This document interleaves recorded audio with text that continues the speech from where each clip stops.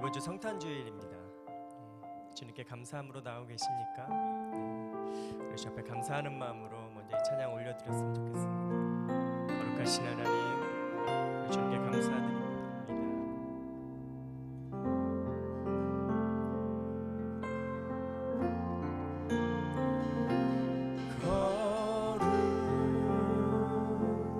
거룩하신 하나님, 주께 감사드리세. 날 위해 이 땅에 오신 독생자 예수, 나의 마음과 뜻 다해 주를 사랑합니다.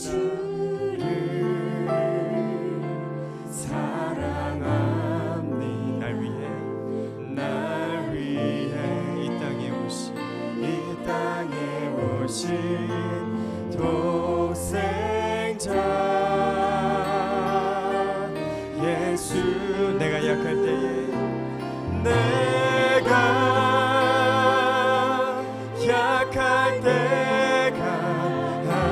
감추고 가난할 때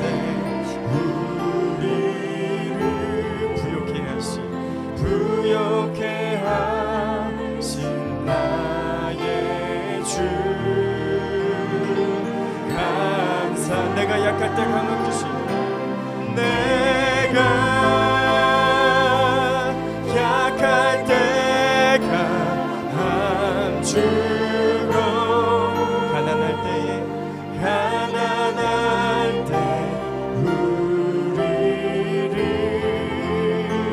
부욕해 하신 나의 주,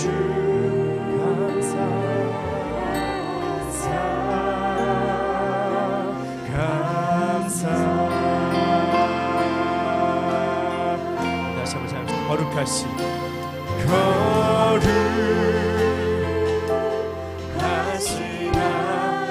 하나님, 주께 감사드리세.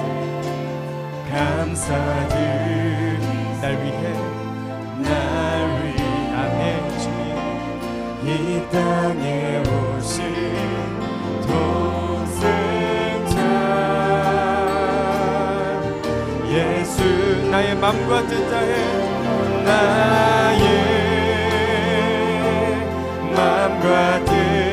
주를 사랑합니다. 주 사랑합니다. 날 위해 이 땅에 오신 주님을 사랑합니다. 독생자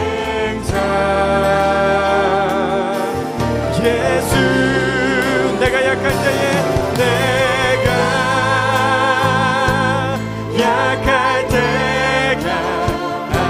감추고 가난할 때에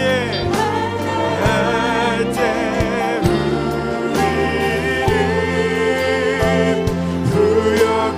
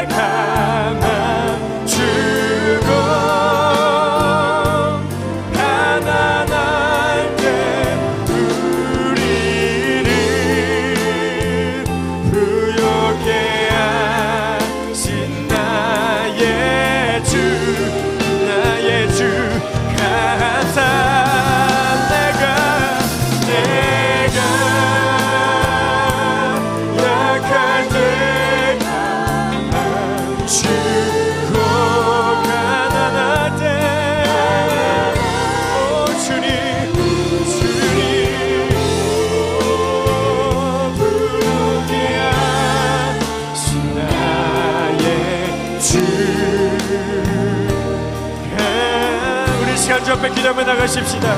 하나님, 우리를 위해서 이 땅에 오신 그 주님을 찬양합니다. 아버지 하나님, 이 시별한 날 하나님의 그 하나님을 감사하는 마음을 있게 하여 주옵소서. 우리 온 마음이 주 앞에 반응하며 하나님의 오심을 기뻐하며 나갈 수 있는 귀한 하나님의 사람들이 되게 하여 주옵소서. 세상 사람들의 손가락질하고 우리를 조롱할지라도 아버지, 우리가 그 하나님을 경배하며 그 오실 주님, 다시 오실 주님 우리가 다시금 생각하며 나아갑니다. 하나님, 우리를 회복시켜 주시고 우리를 다스려 주시옵소서. 우리 주 앞에 기도하며 나가십시다. 하나님을 찬양합니다. 나의 약함 가운데, 나의 부족함 가운데 오신 주님, 2000년 전으로 오셨고 지금도 나와 함께 계시며 앞으로도 오실 그 하나님을 내가 찬양하며 경배하오니 하나님, 우리의 예배를 받아 주옵소서. 하나님, 우리의 찬양을 받아 주옵소서. 내 온한 주님을 찬양할지어다. 오실 주님을 찬양할지어다.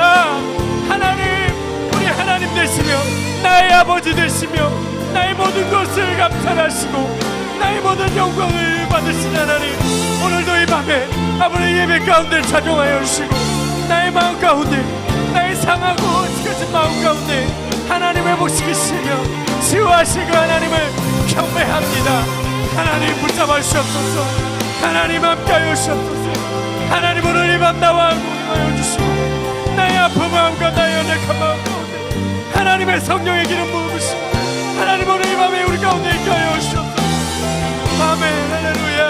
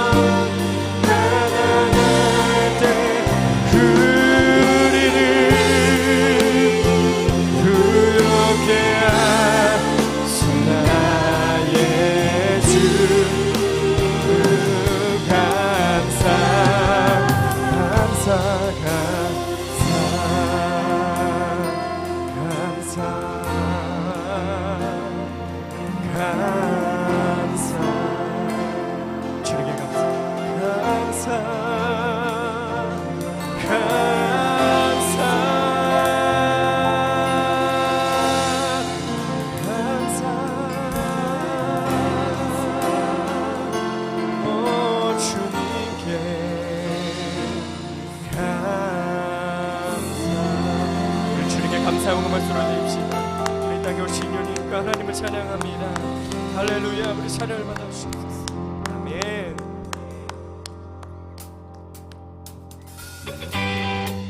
우리 다 같이 일어나서 우리 오신 주님을 찬양하며 나가십시다. 우리 박수하며 주 앞에 기쁨으로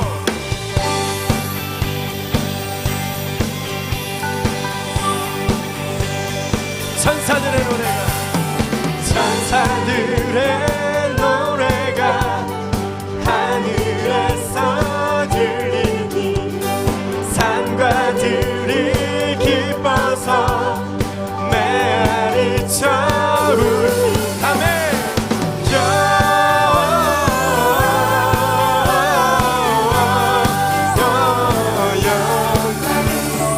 높이 계신 주 영광,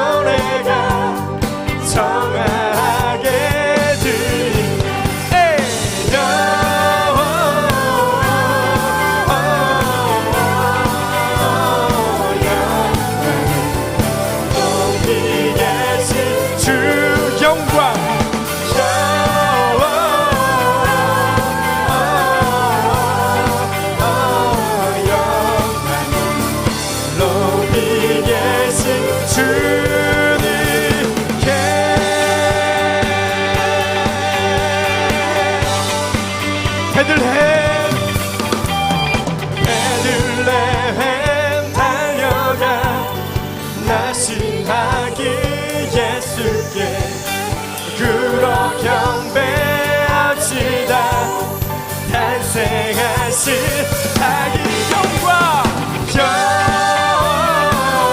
주께 영광을 올려드립니다. 높이 계신 주 영광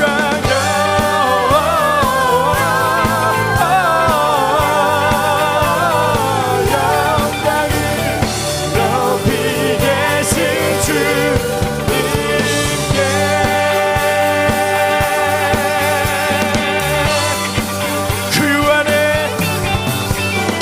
그 안에 아기께 천사 찬송하여 우리들도 주 기쁜 찬송 부르다 우리 주님의 기쁨으로 영광을 높이 계신 주 영광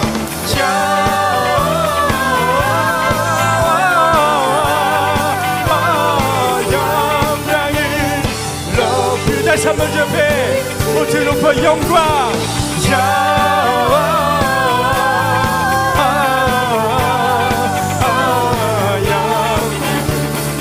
높이 계신 주께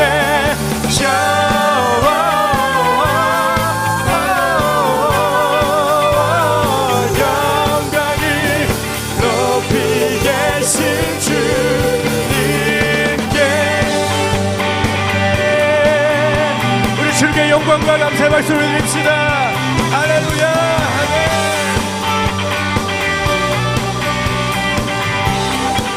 주 신실하신 놀라와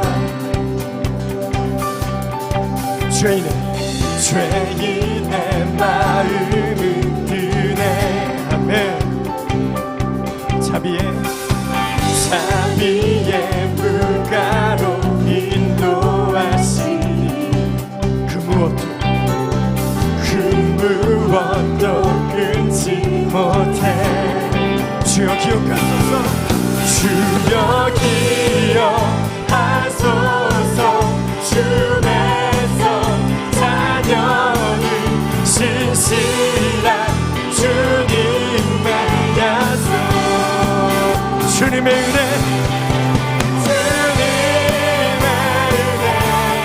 내게 나를 향한 주님의 은혜 주님의 이곳에 내게 넘치네 나를 향한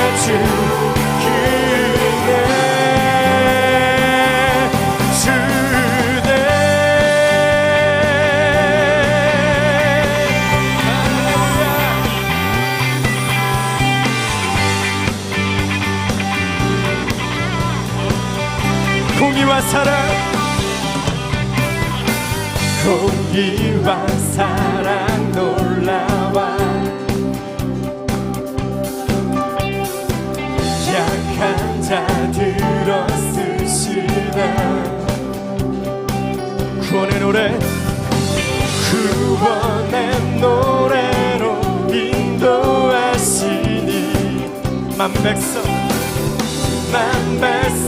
함께 찬양해 주여 기억하소서 주여 기억하소서 주께서 자녀를 신실한 주님의 약 주여 기억하소서 주여 기억하소서 신실한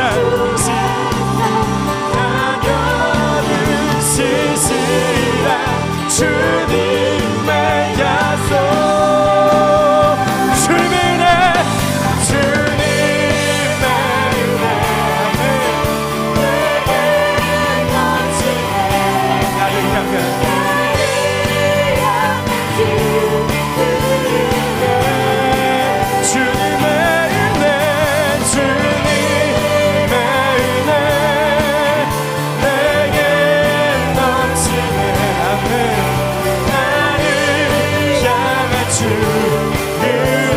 다시 한번 그 주님의 은혜를 찬양하며 주님의 은혜 내게 넘치네 나를 향한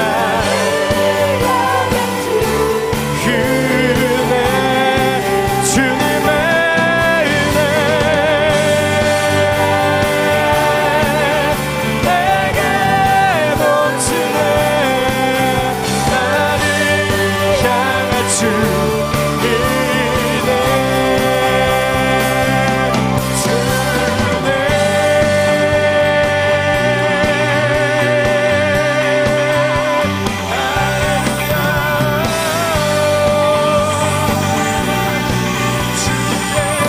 우리 주님께 우리에게 은혜하실 주님께 감사와 찬양과 영광의 말씀을 드립니다.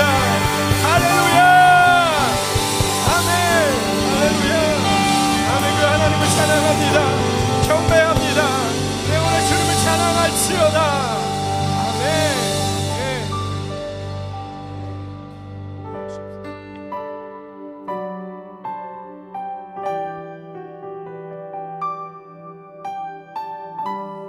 우리에게 행하신 그 하나님의 사랑을 찬양하며 나가십시오. 사랑의 노래들이네 사랑의 노래들이네 나의 구주 예수님께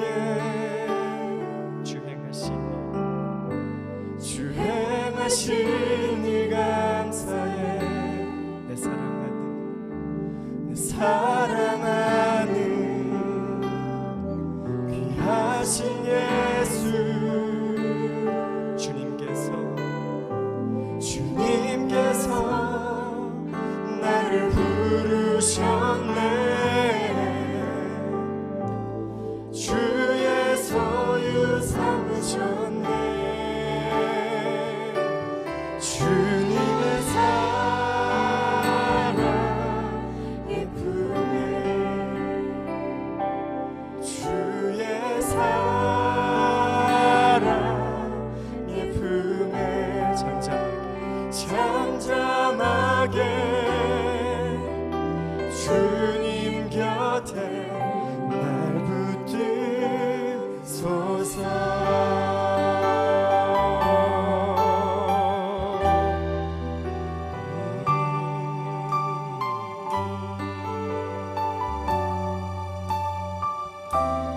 사랑의 노래들이네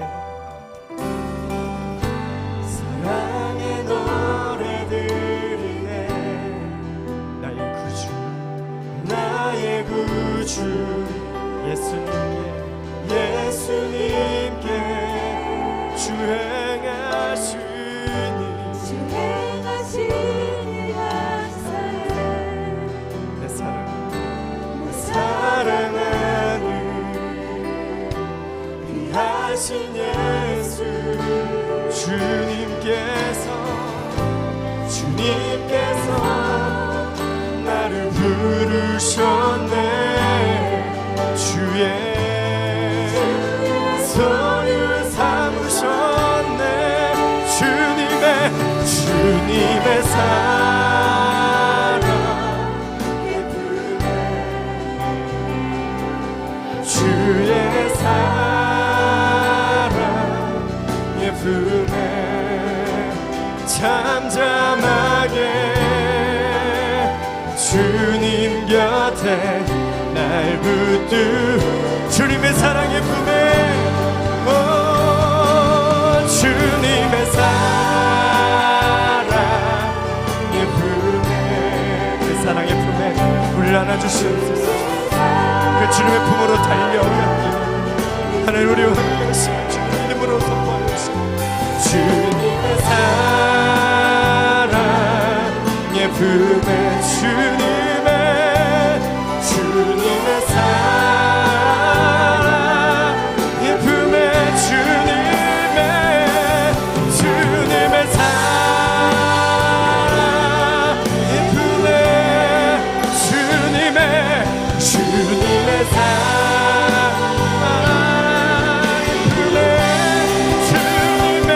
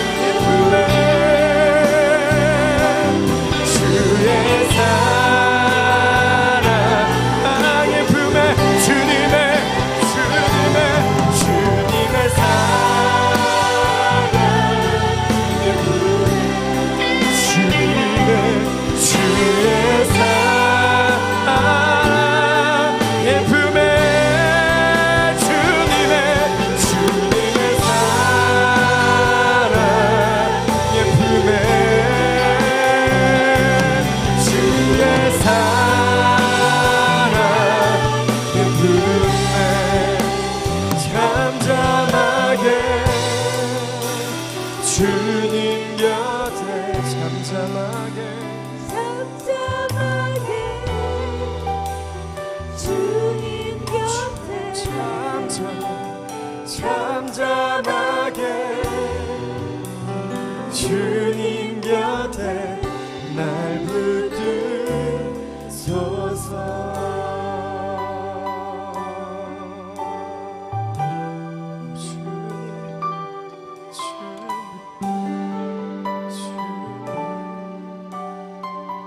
우리를 품에 안으시는 것 주님께 감사하고 박수를 드립시다.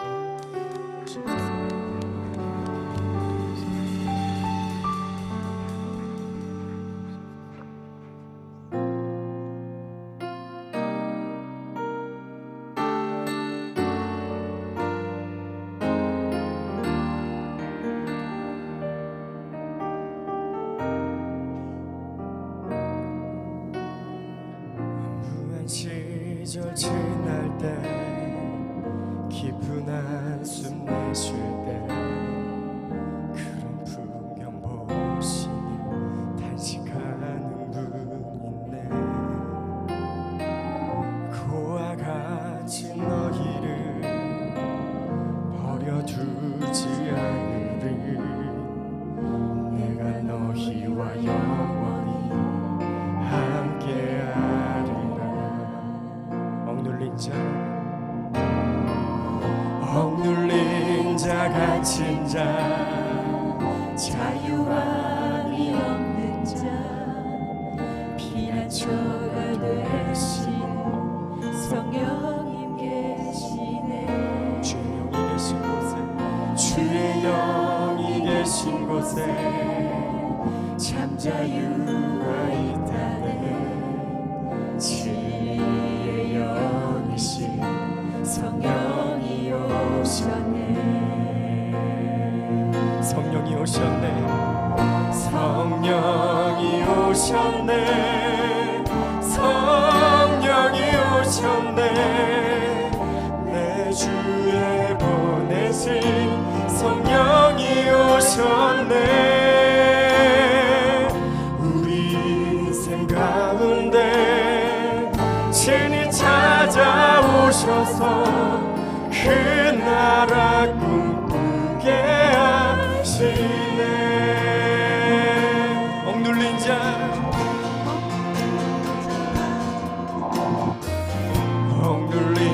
자 갇힌 자 자유함이 없는 자 피난처가 되신 성령님 계시네. 주의 영이 계신 곳에 참 자유가 있다네. 진리의 영이신 성령이 오셨네. 성령이 오셨네. 성령이 오셨네. 성령이 오셨네. 내 주에 보내신 성령이 오셨네. 우리 인생 가운데 친히 찾아오셔서 그 나라 꿈꾸게 하시네. 성령이 오셨네. 성령이 오셨네. 성령이 오셨네. 내 주에 보내신 성령이 오셨네. 우리 인생 가운데 친히 찾아오셔서 그 나라. 다시 한번 옆에 모습을 높여 주님의 성령이 오심을 찬양합시다. 성령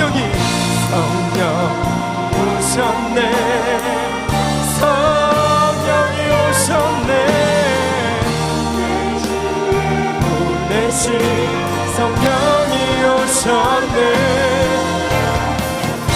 우리 인생 가운데 친히 찾아오셔서 그 나라 꿈꾸게 하시네.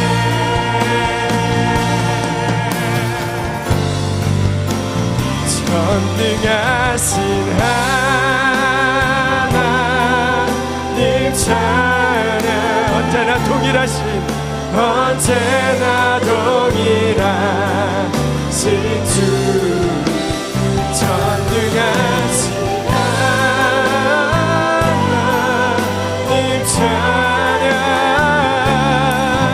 영원히 전능하신 하나님 우리를 다스리시옵소서. 전능하신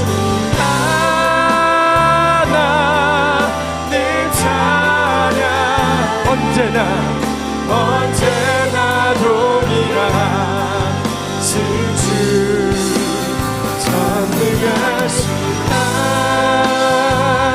하나님 찬양 영원히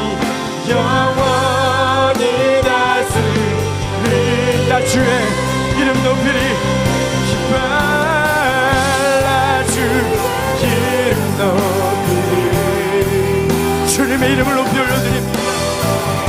나 주의 이름 높이리 하늘 높이 깃발처럼 주의 이름 높이리 전능하신 하나님 찬양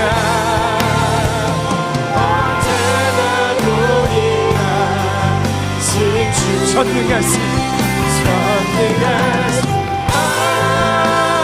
하나님 찬양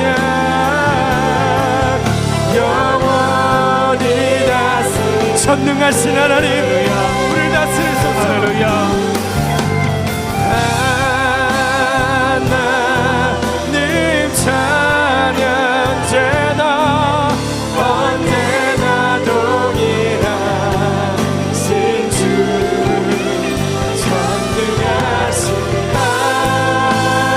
하나님 찬양 영원히 다스리네. 이 시간에 우리 같이 한번 기도하며 선포하며 나갈 때 살아계신 하나님 전능하신 하나님 이 밤에 주의 이름만 높임을 받으시고 찬양과 영광과 존귀를 주님 앞에 올려드립니다. 하나님 하늘문을 열어주시고 주의 영이 우리 가운데 좌정하여 주셔서 이 밤에 이 시간과 공간과 또한 기도라나 모든 무심령들의 마음을 통치하시고 다스려 주셔서 오늘 이 밤이 하나님의 나라가 임하게 도와 주시옵소서. 하늘문이 열리고 기도할 때 우리의 수많은 기도의 제목들이 주 앞에 응답받는 이 밤 되게 하여 주시옵소서. 두 손을 들고 주여 세 번 외치고 통성으로 기도하겠습니다. 주여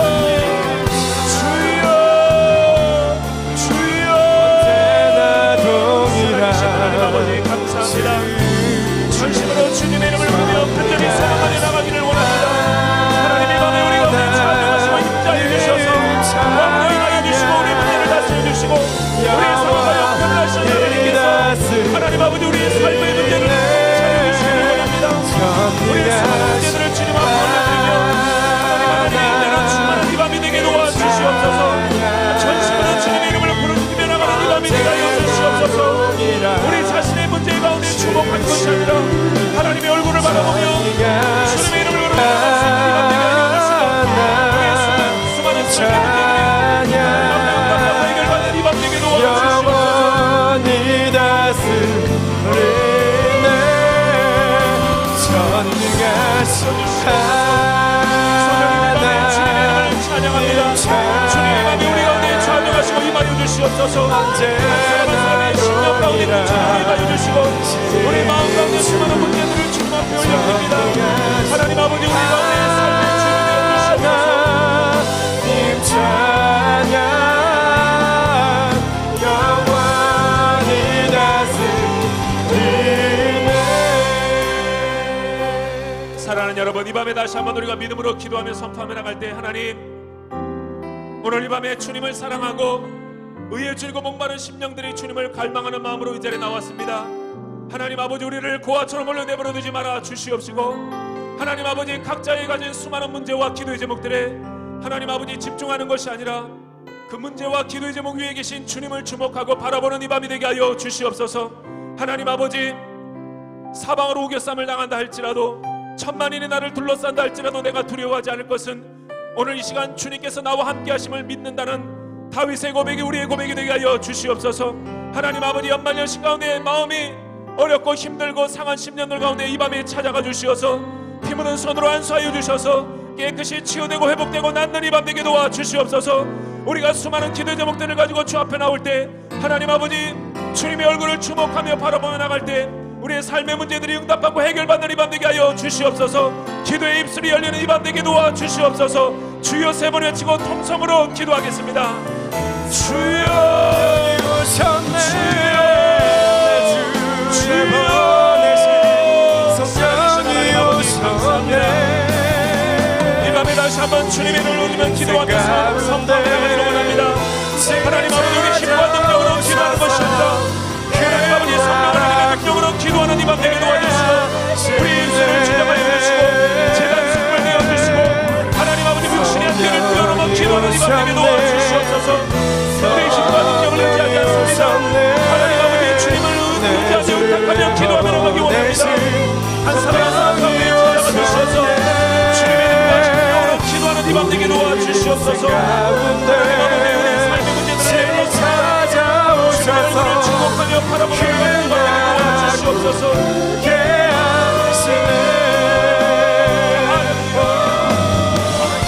성령이 오셨네. 주님의 이름을 부르짖습니다. 주님의 성호를 찬양하며 나갑니다. 내 영혼아 어찌하여 내가 두려워하며 원망하노.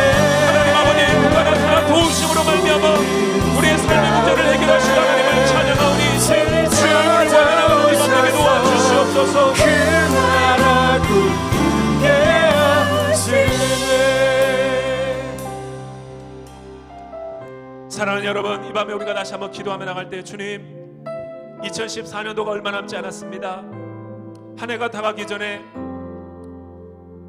지나온 우리 과거와 1년을 돌아보게 하여 주시고 오늘 이 자리까지 인도하신 하나님의 신실하심을 바라보고 의지하며 나가게 하여 주시고 특별히 하나님 올해가 다가기 전에 하나님 내 안에 있는 모든 수많은 인생의 문제들과 하나님과 깨어진 그 관계성의 문제와 상처들 여러 가지 아픔과 고통의 순간들 하나님 아버지 다 주님 앞에 올려드리고 십자가에 못 박고 새해를 맞이하게 하여 주시옵소서.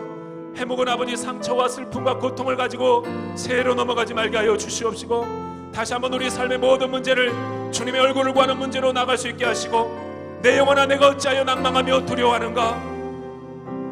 하나님께 소망을 두라고 말씀하신 하나님 그가 나타나심으로 말미암아 내가 여전히 하나님을 찬송하게 하시는 이 밤 되게 하여 주시옵시고 기도하며 주님의 이름을 부르짖며 나갈 때 우리의 모든 육신의 한계를 뛰어넘어 하나님을 만나고 우리의 삶이 변화되는 이 밤 되게 하여 주시옵소서. 2014년도를 주님 앞에 의탁하며 주여 세 번 외치고 통성으로 기도하겠습니다. 주여 주여 주여. 살아계신 하나님 아버지 감사합니다. 다시 한번 아버지 하나님 주님 앞에 전심으로 기도하면서 원합니다. 내 영혼아 내가 언제 낭망하며 두려워하는가. 하나님 아버지의 성품으로 살아가지 말게 하시고 새 영과 거듭난 영혼으로 살아가게 도와주시고 하나님 아버지 과거를 묵상하는 것이 아니라 새해를 행하신 하나님을 주목하는 수 있게 도와주시옵소서. 힘으로도 되지 아니하고 능으로도 되지 아니하고 여호와의 신으로 만든다고 말씀하셨습니다. 내가 주님을 믿고 새해를 맞이하게 도와주시옵소서. 우리의 과거의 문제에 아버지 주목하는 것이 아니라 새로운 일을 하시는 하나님 믿음으로 나가게 도와주시옵소서.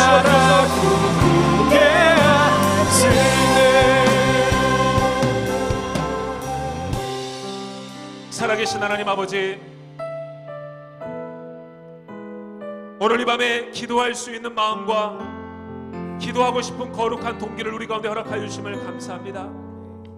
하나님 한 해가 저물어가고 있는 연말연시 가운데 여러 가지 수많은 행사와 프로그램들이 많은 이 시점에 만나야 될 여러 가지 많은 모임이 있음에도 불구하고 기도의 자리를 우선순위로 여기고 나온 한 사람 한 사람을 주목하여 주시고 이들의 마음을 주님께서 어루만져 주셔서 오늘 이 밤에 기도하고 찬양하고 말씀을 듣다가 내 영이 치유되고 회복되고 자유함을 경험하는 이 밤 되게 도와 주시옵소서. 하나님을 인격적으로 만나고 내 삶이 변화되는 놀라운 이 밤 되게 하여 주시옵소서. 우리의 수많은 문제들과 수많은 상황들과 수많은 고통의 순간들이 있지만 오늘 이 밤에 주님 앞에 모든 문제들을 내려놓고 주님을 주목하고 주의 얼굴을 구하며 나갈 때 우리의 삶의 모든 문제들이 환경의 문이 열리는 이 밤 되게 도와 주시옵소서. 주님, 다시 한번 이 밤을 주님 앞에 올려드리고 연말연시를 믿음으로 잘 정리하고 새해를 맞이할 수 있는 이 시간이 될 수 있도록 축복하여 주시옵소서. 말구의 겸손으로 이 땅 가운데 오신 우리를 구원하여 주시기 위해서 오신 예수님을 바라보며 이 모든 말씀 예수 그리스도의 이름으로 기도드립니다.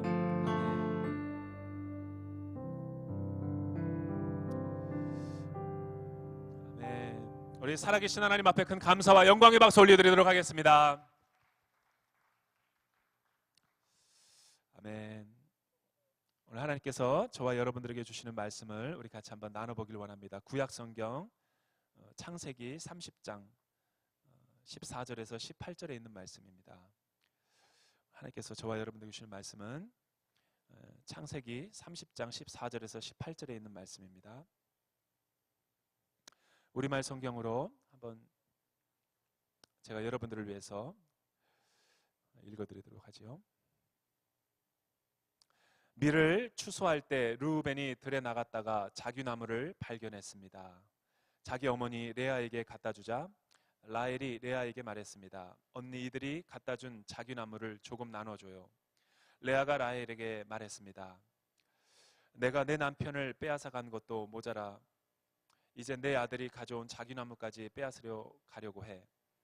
라헬이 레아에게 대답했습니다. 언니의 아들이 가져온 자귀나무를 제게 주면 그 대가로 오늘 밤에는 언니와 남편이 잠자리를 같이 하게 할 것이에요.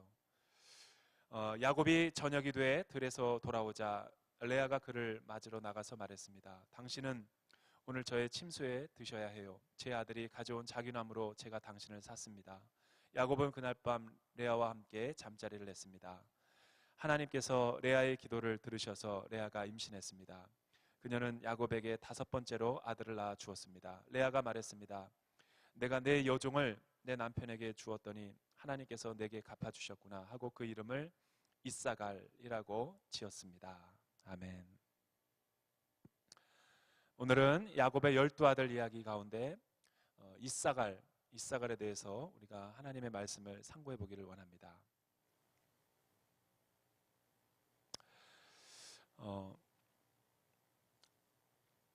오늘 말씀이 굉장히 이제 한 해를 돌아보고 또 새해를 맞이하는데 귀한 또 인생의 요절이 되는 말씀이 될 것 같습니다. 요즘 저와 여러분들이 살아가는 시대는 리더십이 굉장히 중요하고 또 리더가 어떠한 사람이냐에 따라서 한 국가와 사회와 또 세계의 역사가 달라지는 중요한 시점에서 우리가 살고 있습니다. 그 어느 때보다도 이 리더십의 역할이 중요한 시대 가운데 살고 있다는 것이죠.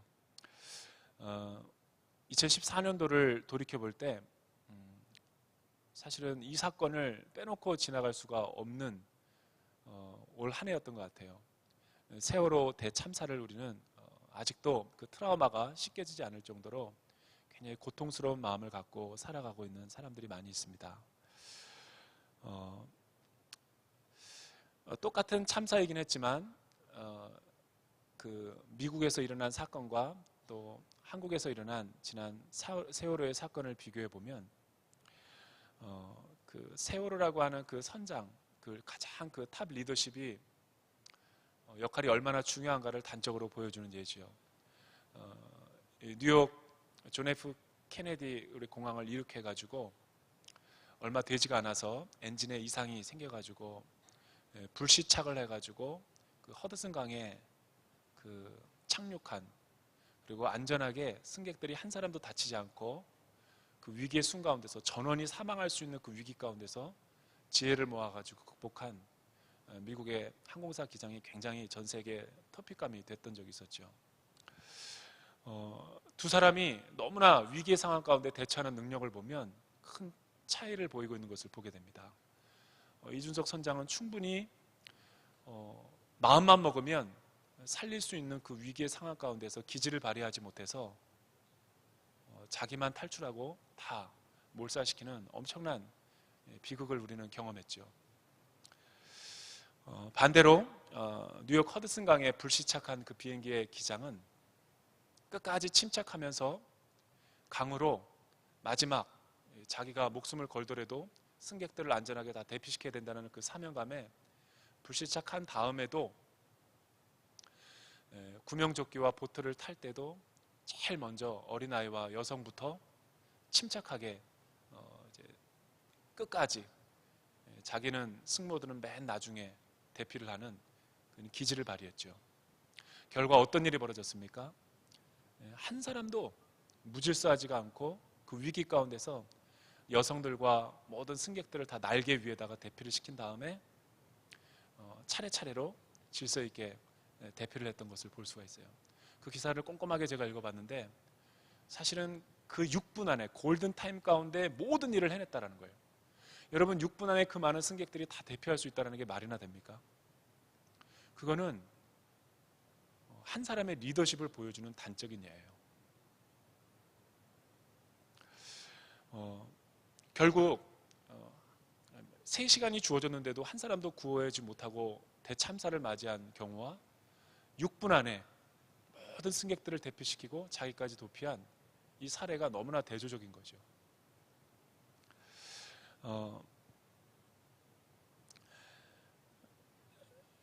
한 사람의 영향력이 이처럼 중요하다는 것을 우리 시대가 또 보여주고 있는 것이죠. 좋은 리더십이 세워지면 그 사회와 조직은 살아가지만 나쁜 리더십이 세워지게 되면 생각하기도 싫은 끔찍한 일들이 우리 주변에서 벌어질 수 있다는 좋은 사례를 우리 가르쳐 주는 거예요.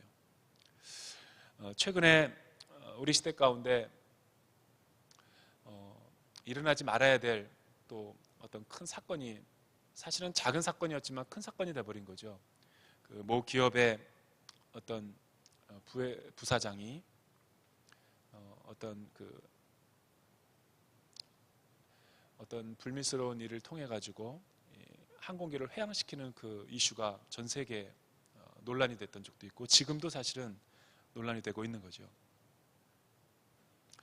저는 이 사건을 바라보면서 처음에는 그래 우발적인 실수고 뭐 부덕에 소치겠다 하고 그냥 생각했죠. 그래서 사실은 그 비난 여론이 있을 때 그냥 뭐 이렇게 뭐 코멘트를 하거나 생각하고 싶지가 않았어요. 그냥 이거는 자신의 부덕에 소치니까 좀 회개하고 좀 하면 괜찮아지겠지 했는데 시간이 지나면 지날수록 이 여론이 굉장히 더 형성되고 사실은 그녀가 했던 행동보다도 몇 배나 더 많은 이 비난과 비판과 비난의 그 목소리를 보면서 목회자로서 바라보는 관점이 이건 아닌데 라는 생각이 굉장히 제 마음 가운데서 들기 시작하는 거예요. 이 한 주일 동안은 이 사람이 잘못해서 생기는 그 죄값을 받고 있다라고 생각했는데 2주, 3주가 지나면서 이거는 그 사람이 지은 여러 가지 그 이상의 뭔가 다른 문제로 지금 번지고 있다라는 생각이 지울 수가 없는 거예요. 왜 그러냐면 그 정도로 우리 지금 젊은 사람들의 삶은 피폐하고 양극화가 심하다라는 거고 이 취업이 안 된 이 여러 가지 그 사회에 대한 불만과 또 내가 왜 이렇게 똑같은 인간으로 태어나서 가난해야만 되는가라는 어떤 여러 가지 한과 분노가 이 안에 사실은 다 녹아져 들어가는 거죠. 그래서 그 댓글을 제가 다 읽어봤는데도 참 이게 너무 엉뚱한 대로 지금 막 그 비난의 화살이 가고 있는 것을 보게 돼요. 그러니까 사건의 본질이 벗어나서 지금은 완전히 그 무슨 분위기에 따라서 이 여론이 형성된다라는 걸 보면서 자신의 미래가 불투명하다는 이유로 어떤 사람을 볼모로 잡아가지고 비록 죄가 있음에도 불구하고 그 이상을 갖다가 비난하거나 그러는 것은 영적으로 보면 굉장히 사실은 좋지 않은 거죠. 그것은 우리가 하나님의 심판의 자리에서 우리가 그 심판자 노릇을 한다는 것과 사실은 별 차이가 없는 거예요. 그렇다라고 우리 그 부사장이 잘못한 것이 뭐 면제가 되느냐, 그거는 아니죠. 그러나 제가 말하고 있는 것은 지금 논점이 벗어났다라는 거죠. 이런 걸 보면서 우리 사람은 참 연약하다. 사람이 보는 관점은 항상 그 자기 보는 것의 관점에 따라서 합리화하고 정당화가 될 수 있는 충분한 소지가 있구나.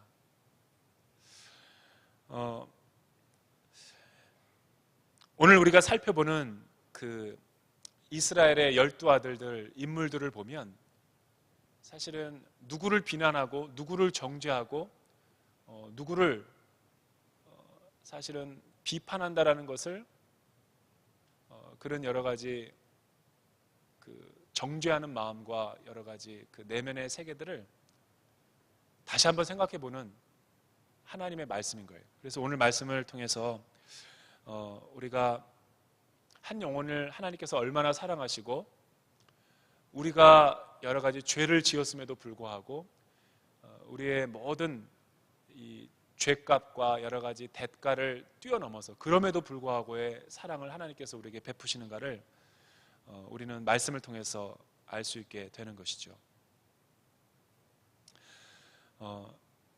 다시 말하면 예를 들어서 이 도자기가 있는데 어떤 공예 예술품 작가가 전시한 그 어떤 사진을 본 적이 있는데 그 공예 예술품이 아주 정말 완전한 모습으로 도자기가 구워져 가지고 작품으로 나온 거예요.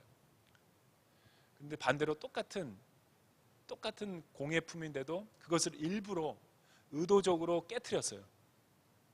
깨트려서 아규와 여러 가지 그 라커와 은색 도금을 통해 가지고 그 깨진 조각조각 파편들을 가지고 다시 원상태로 완전품과 똑같이 만든 거예요. 단 그 파편과 그 깨진 그 조각들의 모습은 그대로 내둔 채 아규로 붙였고 도금을 해서 그 모양은 나왔지만 그 깨진 조각 모습은 그대로 붙어 있는 거예요. 그런데 많은 사람들이 그 완전한 똑같은 제품을 보기보다는 그 깨진 조각품의 모습을 통해서 더 많은 예술의 그 미적, 그 승화를 볼 수 있는 거죠.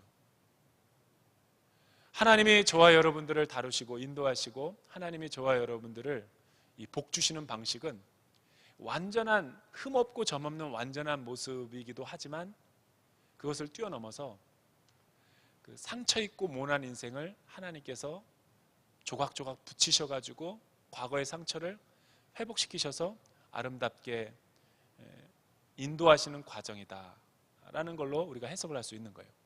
우리가 성탄절인데 우리가 그 빌립보서 2장에 있는 말씀을 보면 가장 높은 곳에 보좌의 우편에 계신 예수님께서 하늘 영광을 버리고 이 땅 가운데 사람의 종의 모습의 형체를 가지고 동등됨을 하나님과 취할 것으로 여기지 아니하시고 내려오셨다.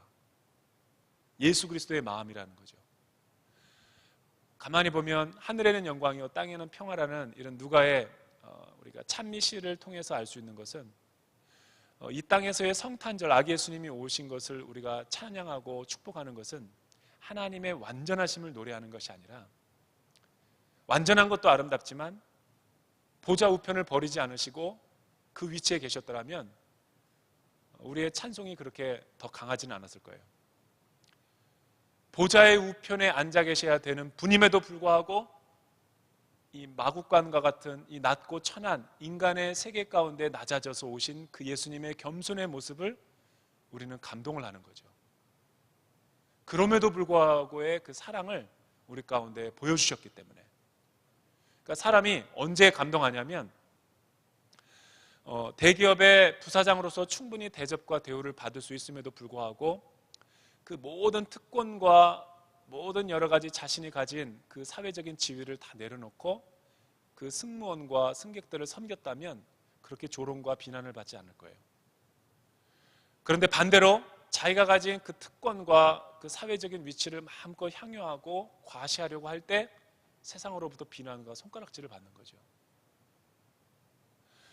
여러분, 예수님은 저와 여러분들을 완전한 모습이 아니라 부족하고 깨어지고 모난 부분들이 있지만 그 실수에도 불구하고 우리를 회복시키셔서 완전한 모습으로 만들어 가시는 하나님이시죠. 비교할 수 없는 존 스토트 목사님이 쓰신 책에 보면은 이런 대목이 나와요. 그 일본의 성자라고 일컬어지는, 한국에서는 손양원 목사님이라면 일본에는 가가와 도요이코 하천풍원 목사님이 나오죠. 쌍벽을 이루는 인물인데, 가가와 도요이코 하천풍원 목사님은 출생에 비교하면 정말 전 세계 어디다 내놔도 그런 출생의 비밀을 갖고 있는 분은 없어요. 아버지가 누구인지도 모르고 어머니가 누구인지도 몰라요. 나중에 조사해서 찾아보니까 아버지는 일본의 유명한 정치인이었고, 어머니는 유곽 같은데, 우리나라 말로 말하면 유곽이지만 일본은 기생이죠. 기생집에서 술 먹다가 우연하게 정분을 나눠가지고 실수로 우연하게 태어난 사람이 가가와 도요이코 목사님인 거예요.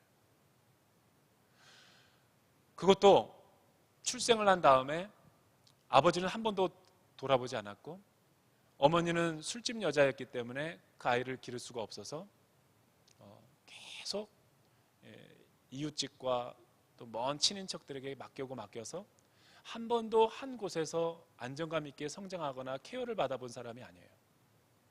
불우한 청소년 시기를 보고 자기의 정체성이 혼란이 있어가지고 죽음을 묵상하고 날마다 자살을 하려고 했던 그 가가와 도요이코 목사님을 미국의 선교사님이 그를 전도하고 치유하고 회복시켜서 하나님의 귀한 목사로서 쓰임받게 된 거죠. 나는 가가와 도요이코 하천풍원 목사님의 삶을, 일대기를 통해서 깨달을 수 있는 건 뭐냐면, 하나님은 서자라 할지라도, 하나님은 사생자라 할지라도, 하나님은 그 어떤 수치와 모욕감 가운데 태어난 생명이라 할지라도 포기하지 않고 버리지 않는다는 거예요. 사람은 버리고 손가락질하고 편견과 선입견을 장벽을 둘지는 몰라도 아가페, 그럼에도 불구하고 사랑을 하시는 하나님은 절대로 그런 분이 아니라는 거예요. 여러분, 왜 우리가 이 땅 가운데 살면서, 이 세상 가운데 살아가면서 이런 존귀한, 그럼에도 불구하고의 하나님의 사랑을 체험하지 못하고 또한 그것을 살아낼 수가 없습니까? 그 이유는 이 세상에 사는 방식의, 사랑의 방식에 우리가 너무나 많이 익숙해져 있기 때문에 그런 거예요. 이 세상의 사랑의 방식 가운데 우리는 알게 모르게 무의식적으로 오염이 되어 있는 거예요. 기준과 그런 시각을 갖고 신앙생활을 하기 때문에 그런 거예요. 이 세상은 남의 것을 빼앗아가지고 자신의 이기적인 욕망을 채우는 사랑에만 익숙해져 있는 사랑이죠. 그래서 사랑을 할 때도 사랑할 만한 가치가 있고 어떠한 이유가 있기 때문에 그 사람에게 마음을 주는 것이죠. 그 사람이 성적을 잘 내고 그 사람이 회사에서 실적을 내면 많은 회사와 조직에서는 그 사람을 사랑합니다. 어떤 스포츠 선수가 탁월한 업적과 실력을 발휘했을 때 언론과 스포트라이트를, 조명을 받고 박수와 인기를 하는 거죠. 인기를 끄는 거예요. 스포츠 스타가 되는 거예요.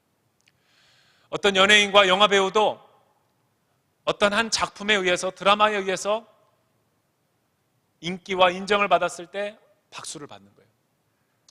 하지만 그 인기가 시들어지고 그 박수 소리가 들리지 않고 사람들이 관심을 주지 않고 더 이상 주목을 끊지 못할 때는 외면당하고 버림받는 거죠. 그래서 연예인과 스포츠 스타들이 우울증 걸리고 약물에 중독이 되어 있는 경우가 많은 거예요. 박수를 받을 때는 나의 존재감을 느끼지만 인기와 박수가 떠나갈 때는 외롭고 정체성의 혼란이 오는 거죠. 자기에 대한 가치를 못 느끼는 거예요. 그게 마귀가 이 세상에서 우리를 속이는 방식 가운데 하나예요. 우리는 그러한 사랑에 계속 테이크 앤 테이크식의 사랑을 취하는 거예요. 계속 상대방으로 하여금 뭔가를 얻어내려고 하고 갈취하려고 하고 빼앗으려고 하는 거죠. 그리고 자기의 욕망을 채우는 거예요. 두 번째는 기브 앤 테이크식의 사랑을 하는 거죠. 너가 만약 무엇을 하면 너가 나에게 이만큼 하면 내가 그만큼을 돌려주겠다라는 기브 앤 테이크식의 조건의 사랑을 전제를 거는 거예요. 그래서 우리는 이 세상 가운데서 사랑을 하면서도 서로에게 만족을 하지 못하고 상처를 주고 불안해하는 거예요. 가정에서도 불안해하고 친구 관계성 가운데도 불안해하고 또 어떤 조건과 상황이 변하게 되면 그 사랑을 또 가져가 버리니까 그 마음이 돌변하니까 우리는 날마다 쓸쓸하고 외로운 거예요. 이 연말 연시가 될수록 우리는 그런 것을 많이 보게 되는 거예요. 돈이 있을 때는 친구가 많아요. 그러나 사업이 부도가 나고 경제가 어려워지면 제일 먼저 떠나는 게 누구냐면 친구들이에요. 그러한 시대는 저와 여러분들에게 무엇을 말해주고 있습니까? 조건적인 사랑을 하는 세상이라는 거예요. 이 세상과 사회가 이렇다 보니까 가정에서도 우리는 그런 무의식적인 사랑에 익숙해져 있다 보니까 하나님을 만나고 교회 와가지고 신앙생활을 하면서도 나를 구원해 주시고 사랑해 주신 그 하나님을 그런 분으로 의심하는 거예요. 내 기도의 제목에 응답하면 내가 그만큼 하나님을 사랑하겠다고 고백하고, 기도 응답이 안 되면 불안해하고 두려워하고 하나님을 의심하는 거죠. 또 세상으로 가기도 하는 거예요. 그리고 하나님이 우리에게 베푸신 그 헤세드의 그럼에도 불구하고의 사랑을 받아들이지를 못하는 거예요. 용납하지를 못하는 거예요. 내가 하나님의 말씀 가운데, 사랑 가운데 잘 거하다가 실수와 허물의 죄를, 이 세상 유혹과 죄에 무너지고 쓰러지면 하나님은 나를 사랑하지 않을 거야, 이런 나를 버리셨을 거야 라는 전제를 다 깔고 하나님을 이해하게 돼요. 그러나 성경을 읽다 보면 과연 우리가 믿는 하나님이 그런가를 자세히 살펴보면, 오늘 말씀도 보지만 그건 우리의 착각이고 우리의 생각일 뿐이지 하나님의 관점에서는 그렇지 않은 거예요. 왜냐하면 그것은 하나님의 그럼에도 불구하고의 사랑을 이 세상의 사랑으로 끌어내리는 것과 동일하기 때문에 그런 것이죠. 하나님이 저와 여러분에게 베풀어 주시는 사랑은 우리의 조건과 우리의 가치를 보지 아니하고 그럼에도 불구하고의 사랑을 베풀어 주시는 거예요. 우리가 실수를 하고 우리가 죄와 허물이 많다 할지라도 그 모든 조건을 뛰어넘어서 하나님은 우리를 사랑하시는 거죠. 여러분, 십자가의 사랑을 믿고 깨달은 다음에, 복음을 믿은 다음에 이 복음의 핵심을 잃어버리면 우리는 신앙생활이 좌충우돌하는 삶을 살게 돼요. 감정의 기복이 있는 신앙생활을 하게 되는 거예요. 교회 아무리 오래 다녀도 이 하나님의 사랑을 제대로 이해하지 못하면 우리는 날마다 불행한 신앙생활을 하게 되는 것이죠. 우리의 상황과 우리의 모든 조건과 우리의 모든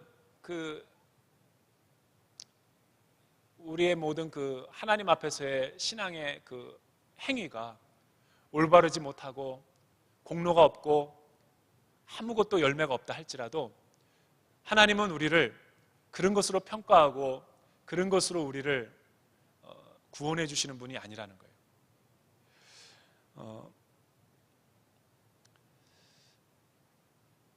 하나님은 인간의 믿음이 큰 것이 아니라 하나님의 믿음이 더 크다라는 것을 12지파의 야곱의 아들들의 실존의 삶을 통해서 우리에게 역설적으로 이야기하시는 거예요. 저는 오늘 말씀을 통해서 그 12지파 가운데 가장 작고 연약하고 보잘것없는 출생의 비밀을 가진 이사갈이었지만 그를 통해서 하나님이 어떻게 하나님의 나라를 이끌어 가시는가를 살펴보기를 원합니다.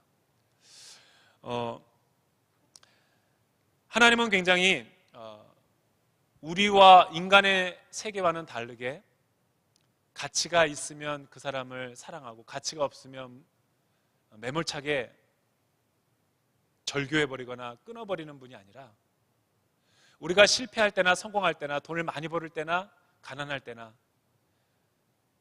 내가 은혜 가운데 의의 길을 걸어가고 있을 때라든가 죄 가운데 빠져가지고 허우적대고 있다 할지라도 하나님은 변치 않으시게 우리를 품어주시고 있다는 거예요. 여러분, 하나님은 그토록 한 영혼의 가치를 귀히 여기세요. 하나님은 한 사람을 선택하시고 부르셨다면 끝까지 우리를 책임져 주시고 우리를 세워가시는 분이시라는 것이죠.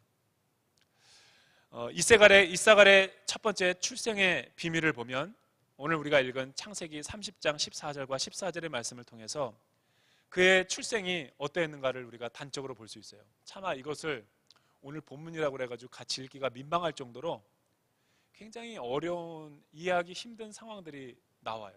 그래서 이 본문을 오늘 제가 선택한 거예요. 제가 아니면 한 번도 여러분들이 읽어보지 않을 것 같아서.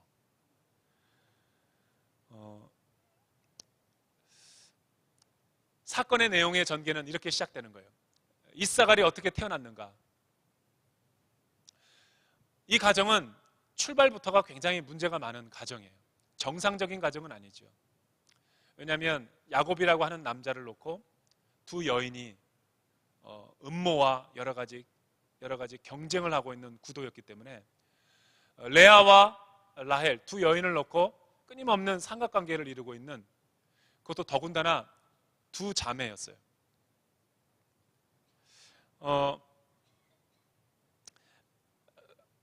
라헬을 사랑했지만 실수로 레아와 이 첫날 밤을 보냄으로 인해서 운명적인 이 혈육 관계로 갈 수밖에 없었던 야곱의 운명, 그것도 본인 실수죠. 뭐.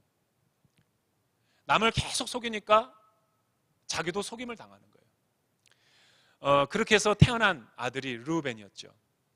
르우벤과 시므온과 레위, 이런 여러 아들들이 태어났지만 정말 사랑했던 라헬에게서는 자녀가 생기질 않았어요. 임신이 안 됐고 난임 부부로서 계속 전전긍긍해하고 있었어요. 그런데 레아가 이 자녀를 낳았던, 임신하게 됐던 그 동기 가운데 하나가 뭐였냐면, 자녀가 낳으면 남자가 이 자녀로 관심을 주고 자기가 낳은 이 자녀와 자기에게 관심을 줄까 싶어서 열심히 이 자녀를 생산하는 일에 이제 몰두를 한 거예요, 레아가. 그럼에도 불구하고 야곱이 관심을 주지 않고 계속 집을 나가고 이 다른 여자랑 이 가정을 이루니까, 여러분 생각을 해보십시오. 사랑을 해서 가정을 이루어도 그 가정을 유지하기가 쉽지가 않은데, 사랑이라는 에너지를 통해서 주목받지 못하고 관심받지 못하고 거절감과 버림받은 그 여자의 그 한과 아픔이, 상심이 얼마나 크겠어요.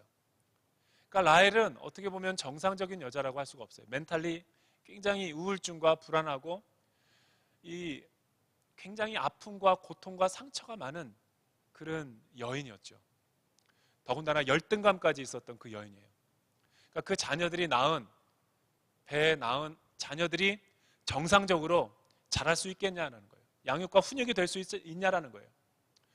저와 여러분들이, 이거는 문화 차이가 많이 남에도 불구하고, 고대 세계 이야기임에도 불구하고, 오늘날 우리 주변에 우리 현대 사회를 보더라도 이런 환경 가운데서 자란 자녀들은 정상적으로 커갈 수가 없어요. 그래서 어긋나거나 빗나가거나 부모의 마음과 다르게 잘못 나가는 경우가 굉장히 많아요. 그리고 잘 올곧게 크다가 하더라도 한순간에 어긋나 버리는 경우도 많이 있죠.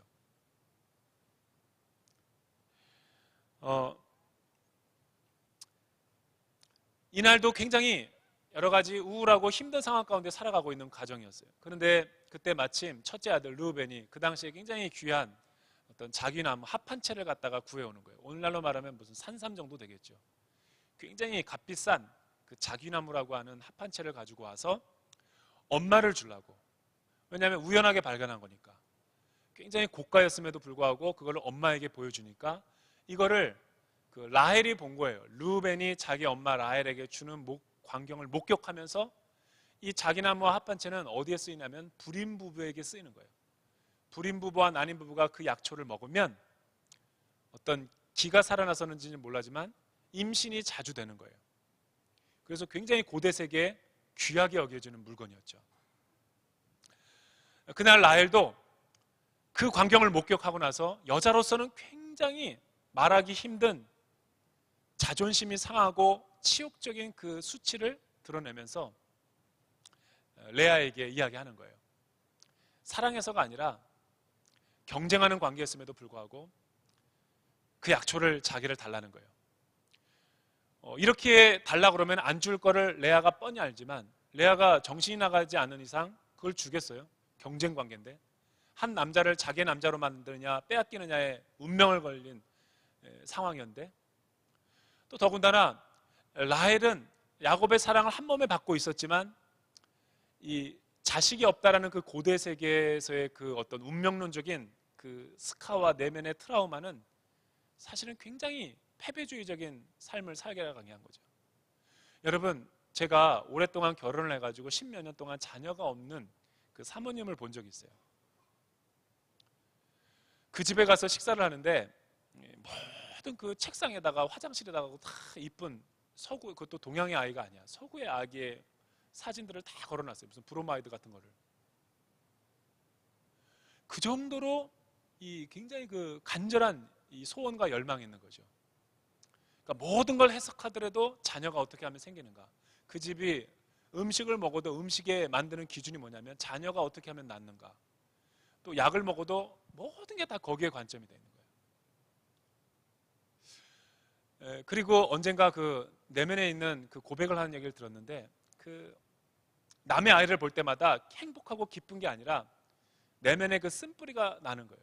나는 왜 자녀가 없는가에 대한 열등감과 이 자신의 뭐가 죄 문제인가, 하나님의 심판을 받았는가, 여러 가지 내적 치유를 받지 않을 때 그 여러 가지 아픔과 상처가 응어리 돼가지고 굉장히 이쁜 사모님인데도 불구하고 우울해지는 거예요. 저는 이 라헬을 보면서 이쁜 외모를 갖고 있지만 사실은 이 내면에 어두운 그 그림자가 있었던 것이죠. 이 내면의 세계는 굉장히 뭔가가 열등하고 비교의식 가운데 빠져 있고 행복하지가 않고 만족스럽지 않은 거예요. 그 라헬이 그 레아에게 상처가 많은 여자가 또한 상처가 많은 그 여인에게 자존심과 모든 것을 내려놓고 건 것이 뭐였어요? 딜을 한 조건이 뭐였어요? 오늘 밤을 내 남편을 돌려드릴 테니까 하룻밤 자게 할 테니까 그 합 한 채를 나에게 달라.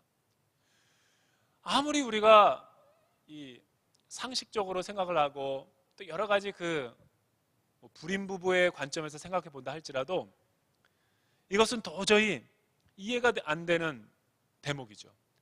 더군다나 이 창세기를 쓰고 있는 창세기 기자가 이스라엘의 민족과 하나님께서 또 축복하신 이스라엘의 그 지파인 12아들들을 묘사하는 과정 가운데 영웅과 위인전을 쓰더라도 믿을까 말까 한데 우리 후대 사람들이 자신의 조상들과 민족의 지도자들을 이렇게 수치스러운 과정을 다 드러내면서 폭로하면서 이거는 마치 그 무슨 빌리 클린턴과 모니카 르윈스키의 그 어떤 무슨 자서전적인 고백을 읽는 것 같은 아주 난해한 광경인 거예요. 사실은 굳이 이렇게 할 필요가 있는가? 창세기 기자가, 성경의 저자가 이렇게까지 하면서 하나님의 어떤 역사와 일들을 찬미할 필요가 있는가? 마태복음 1장에도 보면 예수님의 족보 가운데 수치스러운 유대의 족보, 마태 유대가 족보를 썼음에도 불구하고 예수님을 소개하기 위해서 창기와 여러 가지 기생 라합과 이방인 여인이었던 모든 사람들을 동원해 가면서 굳이 그 족보의 내력을 밝히는 이유가 뭘까요? 유대인으로서는 여자를 족보 안에 넣을 수 없음에도 불구하고 말도 안 되는 여인들을 갖다가 족보에다 기록한 이유가 뭘까요? 그거는 성경은 팩트를 강조하는 책이라는 거예요. 영웅과 위인전을 써서 과장하고 어떤 영웅을 만들려는 것이 아니라 하나님이 행하신 일들 가운데 진실과 솔직하게 써서 역사성을 강조하려는 것이죠. 우리 조상들은 이런 허물과 실수와 연약함이 있음에도 불구하고 하나님이 이들을 사용하셔서, 그럼에도 불구하고 이들을 사용하셔서 이 민족과 이 구원의 역사를 이루어 가셨다라는 것을 증명하기 위해서 쓰신 거죠. 성경은 인간론을 다룰 때 낙관론으로 보지 않죠. 비관적이게 보는 거예요. 인간에게는 소망이 없다라는 거죠. 소망 없는 인간이 절망하고서 하나님 앞에 나와서 희망을 발견하는 것이 기독교의 복음인 거예요.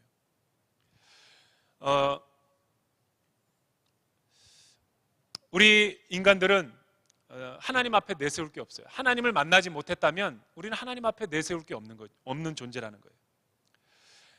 믿음의 조상이었던 아브라함을 기술할 때도, 역사를 다룰 때도 마찬가지예요. 아브라함의 허물과 수치를 다 낱낱이 고백하는 거예요. 감추고 기록하지 않아야 될 내용도 다 드러내는 거죠. 그래서 창세기를 읽다 보면 그 하나를 깨닫는 거예요. 우리가 믿음이 좋은 게 아니라 하나님이 믿음이 좋은 거예요. 신앙생활을 처음 입문할 때는 마치 내가 하나님을 믿어가지고 하나님 앞에 나온 것처럼 착각을 하면서 신앙생활을 해요. 그래서 모든 이 기도생활도 그렇고 신앙생활도 그렇고 자기 공로가 굉장히 자기 의를 드러낼 때 많아요. 그런데 고난과 연단을 받고 또 신앙생활을 오래 경륜을 쌓은 사람들은 신앙생활을 하면 할수록 깨닫는 게 뭐냐면 영적인 진리 하나가 이거밖에 없어요. 십자가에서 우리가 뭐를 자랑하겠어요? 저와 여러분이 죽을 때 하나님 앞에 섰을 때 마지막 유언을 남길 때 십자가 앞에서 우리가 뭐를 자랑하겠어요? 그런데도 우리는 신앙생활 할 때 네가 크냐 내가 크냐 네가 옳다 내가 옳다 다투는 이유는 뭐냐면 십자가를 제대로 알지 못하는 거예요. 하나님의 사랑을 깨달은 것 같으면서도 깨닫지 못하고 있는 거예요. 진짜 은혜를 알면 내 믿음을 갖게 한 것이 내가 아니라 하나님이었구나라는 것을 깨닫게 되는 거예요. 거기서부터 시작이 되는 거예요. 진짜 신앙은. C.S. 루이스는 대표적인 세계 대표적으로 하나님을 싫어하고 미워했던 무신론자였어요. 그래서 C.S. 루이스의 글을 사람들이 좋아하는 게 뭐냐면 완전했던 사람이 뭐 대단한 신앙생활을 했다가 아니라 하나님을 미워하고 반역하고 저항하고 무슨 하나님에게 굉장히 했던 저주의 말을 했던 사람이 어느 날 갑자기 은혜를 깨닫고 하나님 앞에 돌아와서 180도 달라졌기 때문에 C.S. 루이스의 글이 매력이 있는 거예요. C.S. 루이스가 무신론자였을 때 옥스퍼드 대학의 영문과 교수였을 때 그렇게 하나님을 반대하는 글을 많이 썼어요. 근데 주님을 믿고 나니까 주님을 믿기 전에 바로 직전에 하나님이 없다라는 것을 강조하기 위해서 그가 성경을 읽기 시작했어요. 기독교인들을 반박하기 위해서 성경을 읽다가 성경을 읽는 그 전제 조건이 뭐였냐면 좌로나 우로나 치우치지 아니하고 내가 객관적으로 검토하리라. 마치 배너를 만든 그 원작자가 배너를 만든 계기가 C.S. 루이스랑 똑같아요. 하나님이 없다라는 것을 증명하기 위해서 만들다가 하나님이 있다라는 것으로 만들게 된 거죠. C.S. 루이스도 마찬가지예요.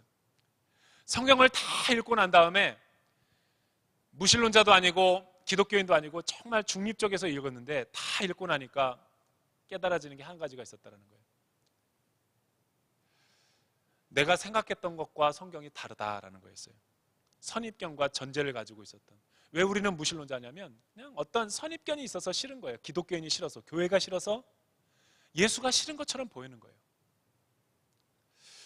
성경은 보나마나 윤리나 도덕 교과서일 것이다.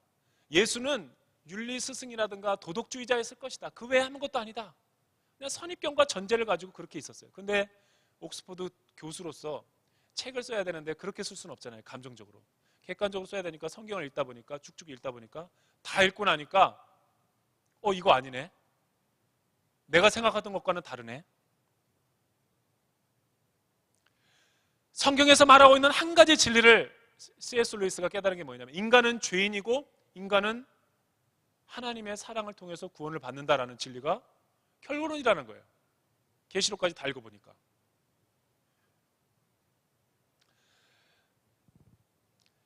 그리스도도 예수님도 훌륭한 도덕 선생이라든가 윤리주의자가 아니라 객관적으로 읽어보니까 둘 중에 하나였다라는 거예요. 성경을 꼼꼼하게 읽어보니까. 그는 정신병자라든가 거짓말하는 정신병 미치광이라든가 아니면 그가 하고 있는 말이 사실이든가 둘 중에 하나로 귀결이 되더라는 거예요. 그런데 아무리 공관복음서에서 예수님께서 하신 말씀을 읽어볼 때 정신이 나간 사람으로서 자기가 하나님의 아들이라고 강조하는 것 같지는 않아요. 그리고 그는 3일 만에 십자가에 못 박혀 죽고 4일 만에 살아나서 부활하신 것을 통해서 하나님의 아들로 입증된 것을 볼 때 사실이 아니라는 데 무게를 두기보다 사실에 가깝다라는 데 자기 마음이 쏠리더라는 거예요. 이거는 무신론자가 지금 읽고 논평을 한 겁니다. 결론, 그에게는 하나님이 하나님이었다라는 거예요.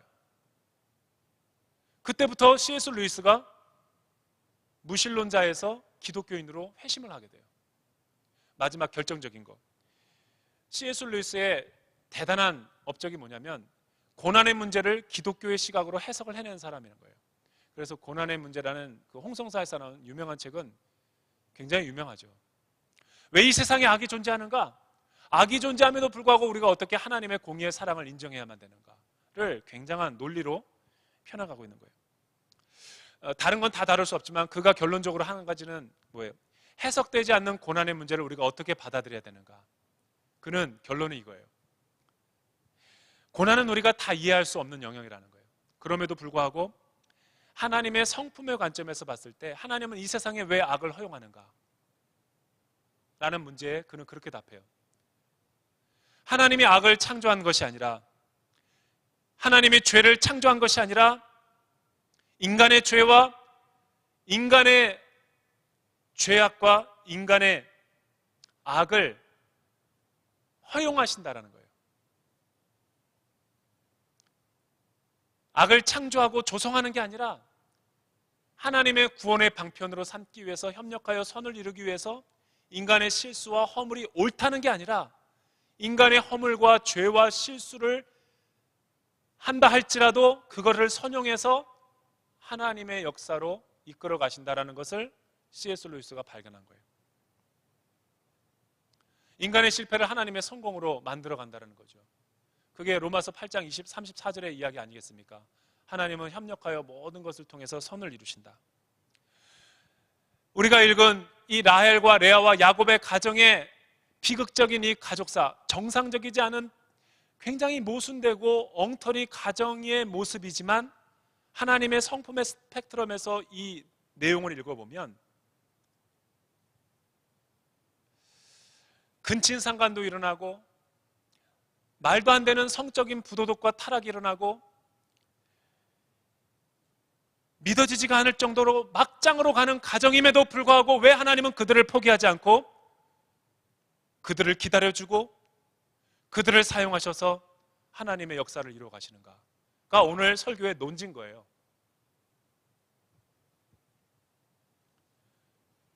그들이 행하고 있는 일이 정당하거나 옳아서가 아니에요. 일부 다처제가 옳아서가 아니에요. 그들이 말도 안 되는 남편을 주고받고 하면서 임신하고 임신 안 하고 하는 대리모 역할을 하는 것이 옳아서가 아니에요.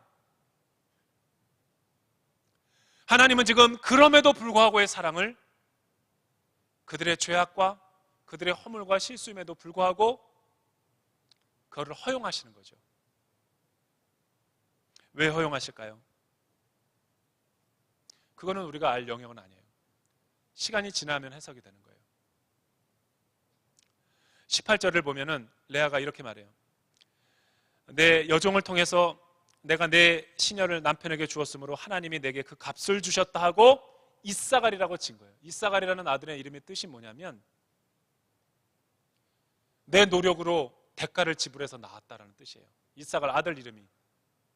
그러니까 얼마나 우스꽝스러워요.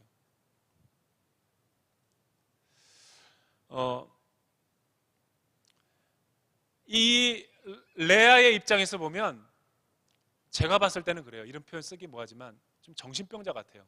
이거는 정상적인 여자는 아니에요. 우울증 약을 먹어도 몇 번을 더 먹어야 될 여자예요. 그러나 중요한 것은 정신병을 앓고 있고 정상적이지 않은 이 운명적인 레아의 태문을 여서서 태어난 사생아와 서자와 같은 이사가를 통해서 하나님이 하나님의 역사를 써나가신다는 거예요. 마치 가가와 도에코 하천풍원 목사님의 출생의 비밀처럼 이사갈도 이런 출생의 비밀을 안고 태어난 거예요. 이러한 불행한 태생을 갖고 있는 아이라면 정상적으로 자라기가 쉽지가 않아요. 여러분, 예를 들어서 일어나지 말아야 될 어떤 그 성폭행을 당해가지고 임신해서 낙태를 시키지 못해서 내 의도와는 상관없이 태어난 아이라면 뭐 고아원으로 보내든지 입양이 되든지 하겠지만, 부모는 그렇다 치고 이 아이는 뭐예요? 운명의 장난인가? 이사갈이 이렇게 태어났음에도 불구하고 하나님은 그를 있는 모습 그대로 사랑하시고 품어주신다는 거예요. 그래서 창세기 49장 14절에서 15절에 보면 그 이사갈이 어떤 성격의 사람인가를 야곱이 예언하는 게 나와요. 그의 태생이. 제가 읽어드릴게요. 이사갈은 양의 우리 사이에서 꿇어 앉은 건장한 나귀로다. 그는 쉴 곳을 보고 좋게 여기며 토지를 보고 아름답게 여기고 어깨를 내려 짐을 메고 앞지 아래서 섬기리로다. 그는 분명 문제 있는 가정에서 태어났어요.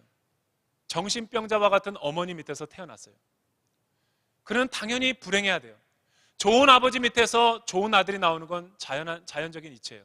하지만 나쁜 아버지, 나쁜 부모 밑에서 좋은 아들이 나온다는 것은 이상한 거예요.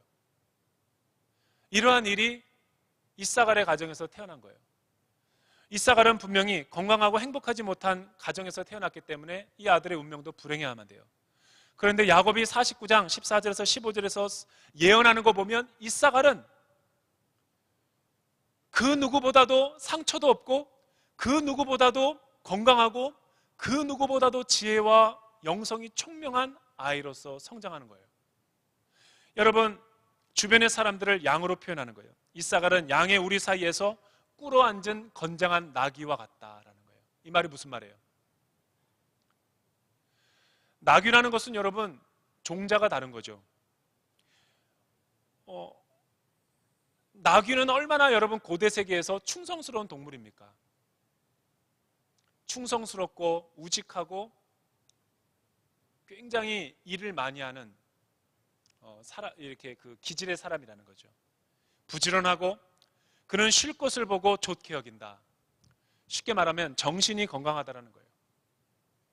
자연을 보고 아름답다 그러고 안식을 보면서 하나님의 행복을 맛보고 토지를 보면서 아름답게 여기는 거예요. 그러니까 사고가 부정적이거나 회의가 아니라 긍정적인 거예요.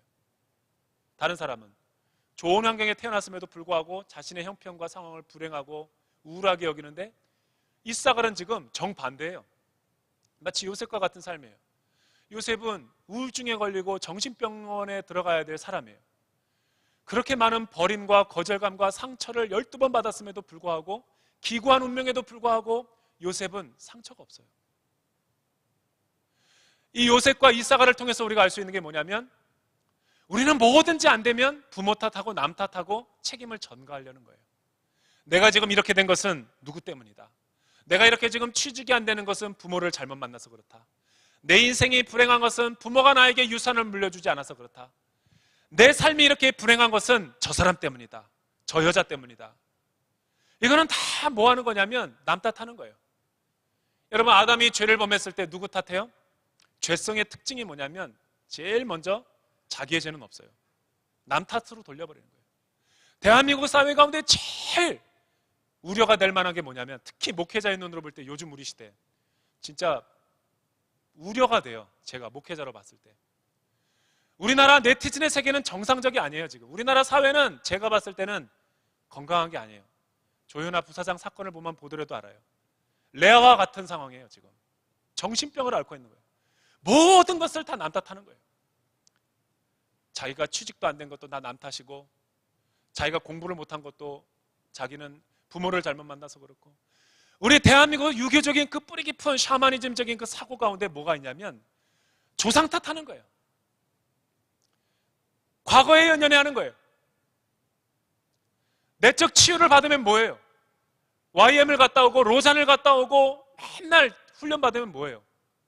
생활이 안 변하는데 중독이 되는 거예요. 내적 치유 프로그램에 가서. 내적 치유 프로그램 한 번만 갔다 와도 되니까 결단하고 이겨내야죠. 언제까지 남 탓할 거예요? 여러분, 요셉과 이사갈은 왜 불평할 게 없겠어요? 왜 원망할 게 없겠어요? 그럼에도 불구하고 그들은 하나님의 은혜를 붙들었던 거예요. 그럼에도 불구하고 자신들을 사랑하시는 그 헷세대의 사랑을 깨닫고 나니까 모든 것에서 초연해질 수가 있는 거예요. 그리고 하나님의 섭리의 관점으로 보게 된 거예요. 용서하고 용납하는 거예요. 용납이 뭔지 아세요? 우리나라 사람들이 제일 못하는 용납이 무슨 뜻인 줄 아세요? 남을 이해하기 전에 가로막혀 있는 그 장애물을 잠깐 치워놓는 게 acceptance라는 뜻이에요. 용납.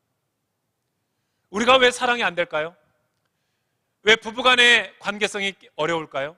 왜 자녀가 용서가 안 될까요? 왜 부모가 용서가 안 될까요? 왜 나를 버린 그 사람을 용납이 안 될까요? 용납을 안 하고 사랑을 하려니까. 이해관계를 치워놔야지 무조건적인 사랑이 되는 거예요. 인간적인 관점에서 사랑을 하면 죽었다 깨어나도 간섭이 안 돼요. 예수전도단 치유받고 나서 또 그 인간 보면 또 이게 이 반복이 되는 이유가 뭐냐면 용납의 문제가 있는 거예요. 조건을 보면서 우리는 용서하려니까 그런 거예요. 이사갈과 요셉은 그런 사랑을 한 것이 아니에요. 형님들이 나를 이곳에 팔았고 엄마가 나를 이런 식으로 태어났고 나를 이렇게 길렀지만 그럼에도 불구하고 하나님께로부터 받은 이 사랑을 내가 가지고 엄마를 용서하고 형님들을 용서하겠다라는 거죠.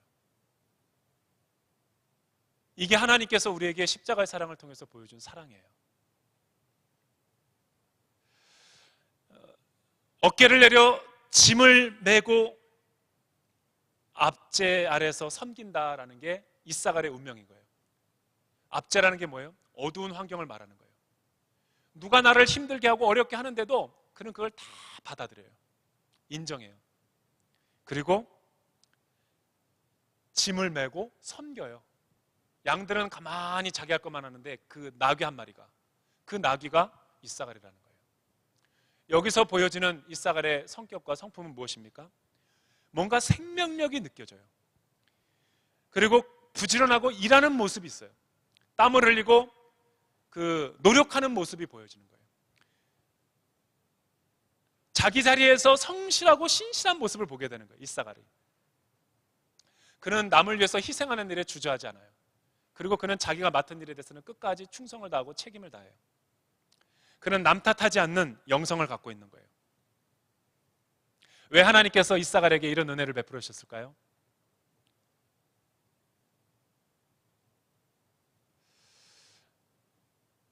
하나님의 나라는 이렇게 만들어져 간다는 걸 보기 위해서 이사갈을 지금 이렇게 묘사하고 있는 거예요. 여러분, 은혜를 받은 사람은 이렇게 다시 본어게인 되고 태어나는 거예요. 저와 여러분들이 예수를 믿게 되는 순간 이렇게 바뀌는 거예요.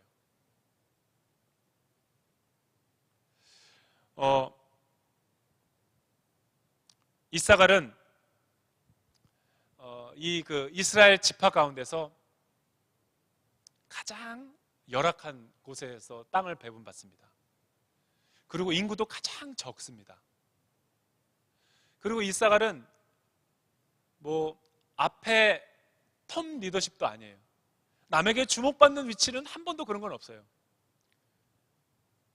그런데 우직하게 하나님께서 자기에게 맡겨준 그 자리에서 묵묵히 신앙생활에서 다 감당하는 거예요. 남이 보거나 보지 않거나 좋은 일을 맡겨주거나 어려운 일을 맡겨주거나 그런 게 중요한 게 아니에요. 그래서 그 안에는 하나님의 영광과 기쁨이 내면 안에 충만했던 거죠. 여러분, 저와 여러분들이 살아가는 우리 교회 공동체 모습을 보면 어때요? 이런 이사갈이 있기는커녕 하면서도 맨날 그냥 분노와 아주 마음이 어려운 경우가 많죠. 우리는 일을 하면서도 계속 자기 의와 자기 이름을 드러내려고 그래요.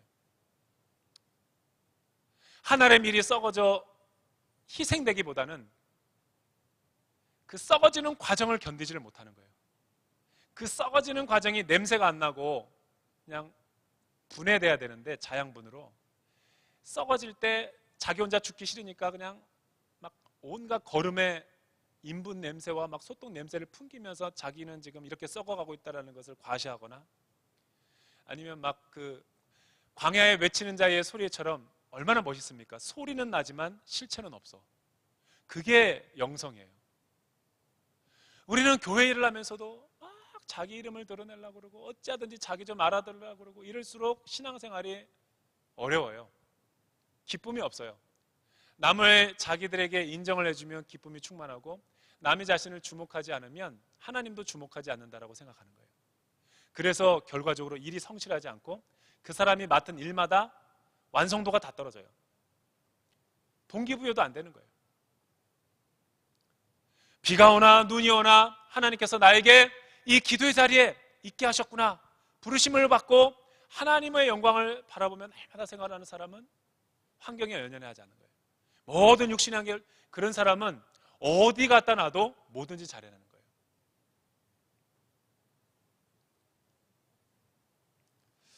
예수님이 왜 이사갈이 우리가 이 49장 14절 15절에 감동을 주는 줄 아세요? 이사갈의 성격과 태도 가운데서 예수 그리스도의 모습을 발견하기 때문에 그런 거예요. 그래서 감동을 주는 거예요. 이사갈의 리더십은 예수님의 리더십입니다. 여러분 신명기 33장 18절에서는 모세가 스불론과 그 이사갈에 대해서 이렇게 예언을 해요. 스불론에 대하여는 일러스되 스불론이여 너는 나감을 기뻐하라, 이사갈이여 너는 장막에 있음을 즐거워하라. 스불론과 이사갈을 비교하고 있어요. 스불론은 기질상 바깥으로 도는 사람이에요. 굉장히 개척 정신이 강하고, 여기서 보는 그 이사갈의 성격은 내면적인 사람이에요. 조용한 사람이에요. 드러나지 않는 사람. 그러니까 우직하게 조용하면서도 세상을 변화시키는 위대한 힘이 있는 거죠. 장막에 있음을 즐거워하는 사람이라는 거예요. 장막이라는 건 뭐예요? 성소를 사랑하는 거예요. 골방을 좋아하는 거예요. 스불론은 해외 선교사의 기질이 있는 사람이에요. 이 이사갈은 국내 조용한 그 지방에 목회를 하는 사람이에요. 하나님이 우리에게 은사를 주시고 부르심을 주실 때 다 다른 거죠.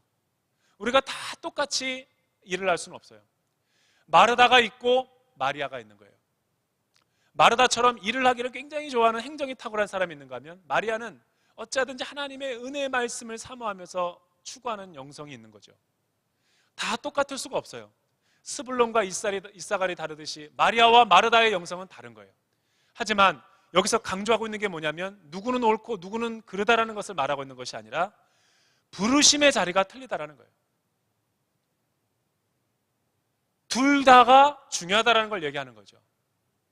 하나는 옳고 하나는 틀리다라는 것이 얘기하는 게 아니에요.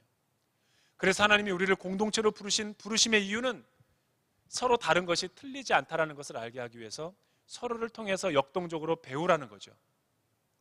다른 것은 틀린 거 아니죠. 근데 왜 우리는 공동체 신앙생활하면서 순모임 가운데서 다른 사람들을 수용하고 받아들이지 못할까요? 그는 그 사람의 다른 모습이 문제가 아니라 하나님이 나에게 말씀하시는 거예요. 너가 문제다라는 거예요. 내 성격을 바꾸지 않으면 그 사람은 어디 순을 바꿔도 어디 공동체를 가도 있어요. 문제는 뭐냐면 더 울트라가 있어요. 이 사람 때문에 순모임 나오기 힘들다고 그러죠. 순을 바꿔달라고 목사님한테 얘기했는데 순을 바꿔줬더니 울트라가 있더라고요. 바꾼 순에. 이 직장 못 다니겠다고 바꿔달라고 그래가지고 저 직장 바꿨더니 더 강력한 상사가 있는 거예요. 이래서 1년에 12번 직장 옮기는 거죠. 그런 사람은 평생 어디 가도 적응 못하는 거예요. 뚫어내고 돌파가 돼야죠. 내면의 문제를 환경 탓으로 돌리는 거예요. 이사갈은 그러지 않았다라는 거예요. 나는 저와 여러분들이 이런 이사갈의 위대한 리더십을 본받아서 2014년도를 잘 정리하고 새로운 한 해 도약할 수 있는 여러분 되기를 주님의 이름으로 축원합니다. 그래서 기도해야 되는데 이 말씀 한 구절은 꼭 여러분들에게 읽고 가야 되겠다는 생각이 들어요. 역대상 12장 32절에 보면 이사갈 지파의 후예들의 특징을 역대상 기자가 이렇게 얘기해요. 12장 32절에 이사갈 자손 중에서는 시세를 알고 이스라엘이 마땅히 행해야 하는 것을 아는 두목이 200명이니 저희는 그 모든 형제를 관할하는 자며. 중요한 포인트가 나와요. 시세와 흐름을 알았던 지파다. 또 마땅히 해야 될 것을 알았던 지파다. 다른 모든 지파를 주도했던 리더십의 지파다. 이게 이사갈의 예언에서부터 흐르는 그 영의 스피릿인 거예요. 다윗의 이스라엘 나라가 세워질 때 이사갈 지파는 인구 중에서 가장 적은 인구임에도 불구하고 12지파를 주도하는 민족이 됐어요. 어떻게 가능했을까요? 말씀해 보니까 200명의 시세와 때를 잘하는 리더십을 양육했대요. 다른 데는 지파가 되게 많은데 여기는 200명을 소수로 기른 거예요. 하지만 리더십을 양육한 거예요. 이사갈을 닮은, 조상을 닮은 사람을 양육한 거예요. 그 사람이 200명이 전 지파에 흩어져서 이스라엘 민족을 주도하는 것이죠.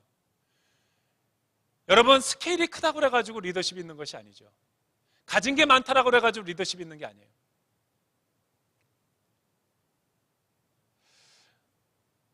사람을 키운 거예요.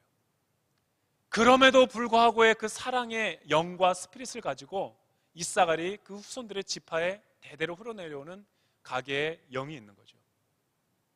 나는 저와 여러분들이 이러한 판단력과 이러한 분별력과 이런 지혜가 여러분의 삶에 있기를 주님의 이름으로 축원합니다. 오늘에게 주신 말씀을 가지고 같이 한번 기도하며 나가도록 하죠. 이 시간에 자리에서 한번 다 일어나 보시고 우리가 찬양을 부르며 기도하며 선포하며 나갈 때, 주님, 오늘 우리가 이사갈의 삶을 통해서 배우게 되는 것은 시작은 불행했고 출생은 불행했지만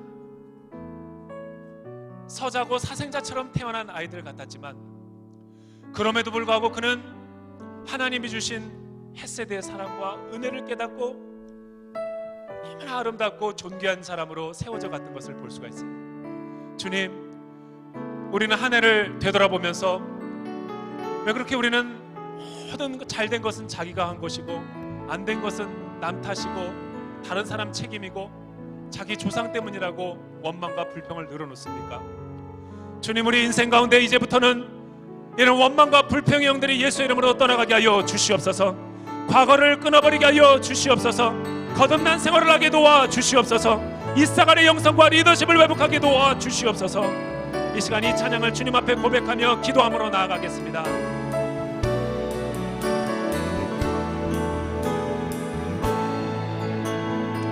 할렐루야. 주가 보이신 생명의 길, 나 주님과 함께 상한 마음을 들이며 주님 앞에 나가리. 나의 의로움이 되신 주, 그 이름 예수, 나의 길이 되신 이 할렐루야. 우리 입술을 열어 선포하며 찬양합니다. 예수, 할렐루야. 나의 길 오직 그가 하시나니 나를 달려나신 후에 내가 정금같이 나의 길 오직 그가 하시나니 할렐루야. 나의 길 오직 그가 하시나니 나를 달려나신 후에 내가 정금같이 나오리다. 사랑하는 여러분,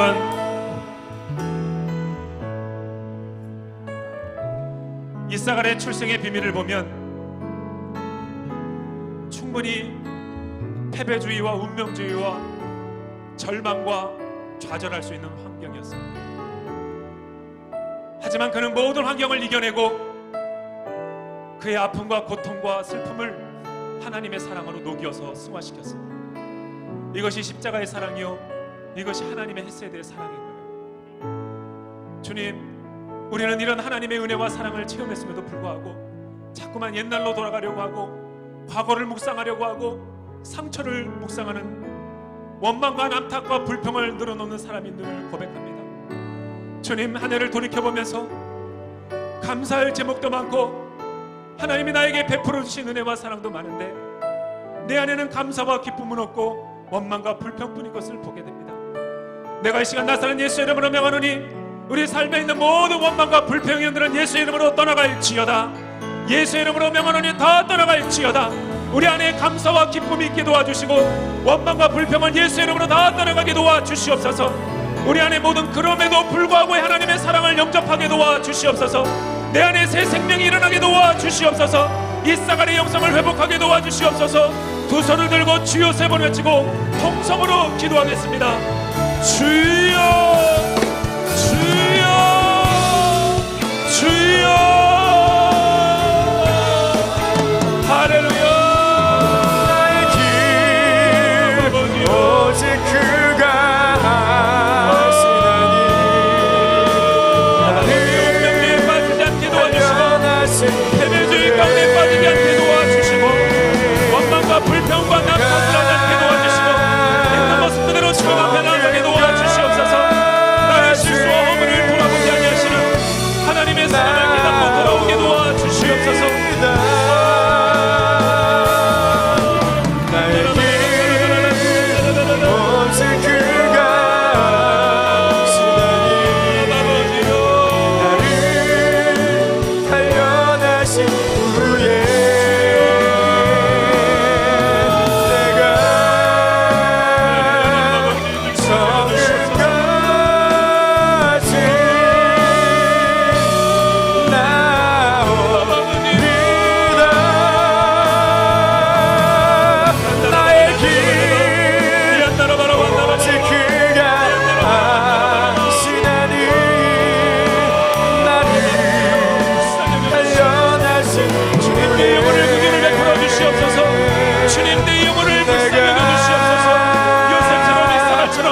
하나님의 은혜와 사랑을 깨닫고 주의 뜻대로 갈 수 있게 도와주시옵소서.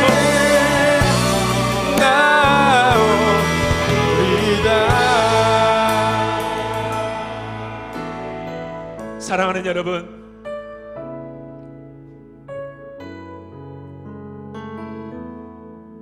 야곱의 가족과 레아와 라헬을 묵상하면서 깨달는 것은 하나님은 우리의 완전함 때문에 우리를 사용하지 않는다라는 거예요.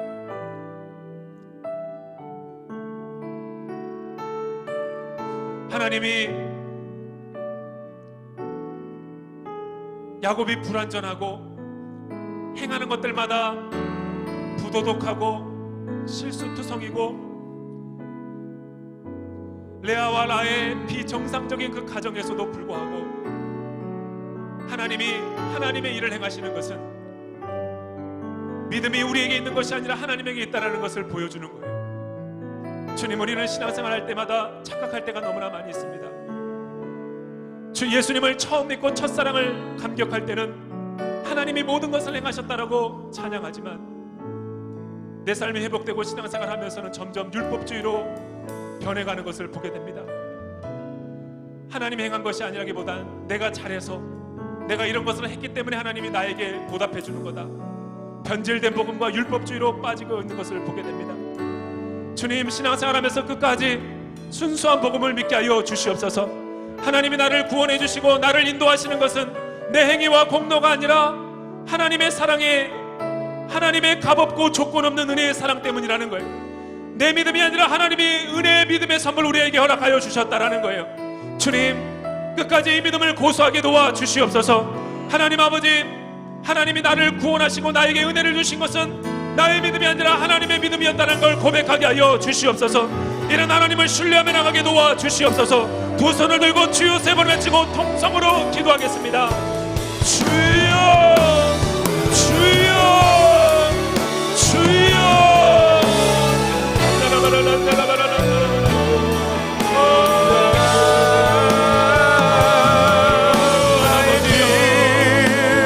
오직 그가 나를 단련하신 후에 주님, 내 영혼을 붙잡아 주시옵소서. 주님, 내 생명을 붙들어 주시옵소서. 좌로나 지지가 되게 도와주시고 주님의 진리 안에 생각하는 믿음의 사람이 되게 하시고 하나님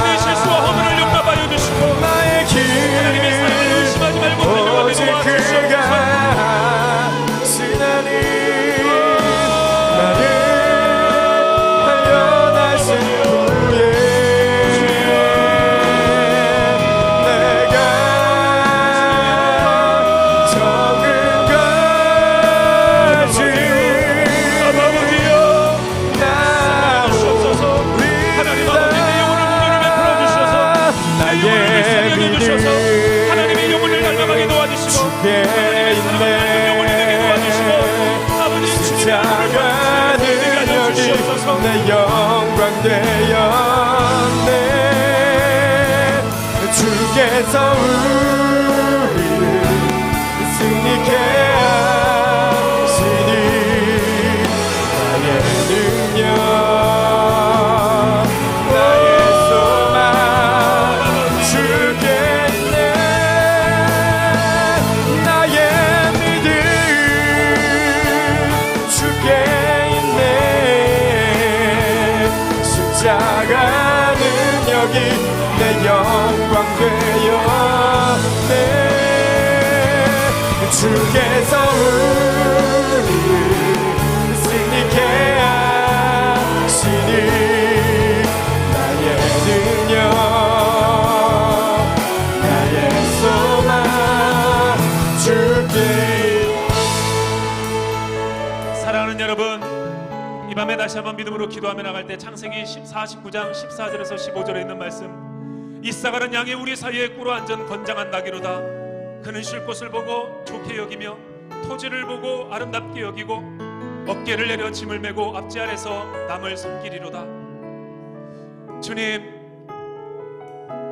수많은 상처와 아픔과 고통 가운데서 그 슬픔을 이겨내서 밝고 깨끗하고 투명한 영성을 가진 이사갈을 보며 예수 그리스도의 사랑을 본받게 됩니다. 생명력이 넘치고 땀 흘리고 일하는 모습을 통하고 자신을 희생시켜 남을 섬기는 모습과 자기 자리에서 묵묵히 자기 길을 가는 겸손한 모습,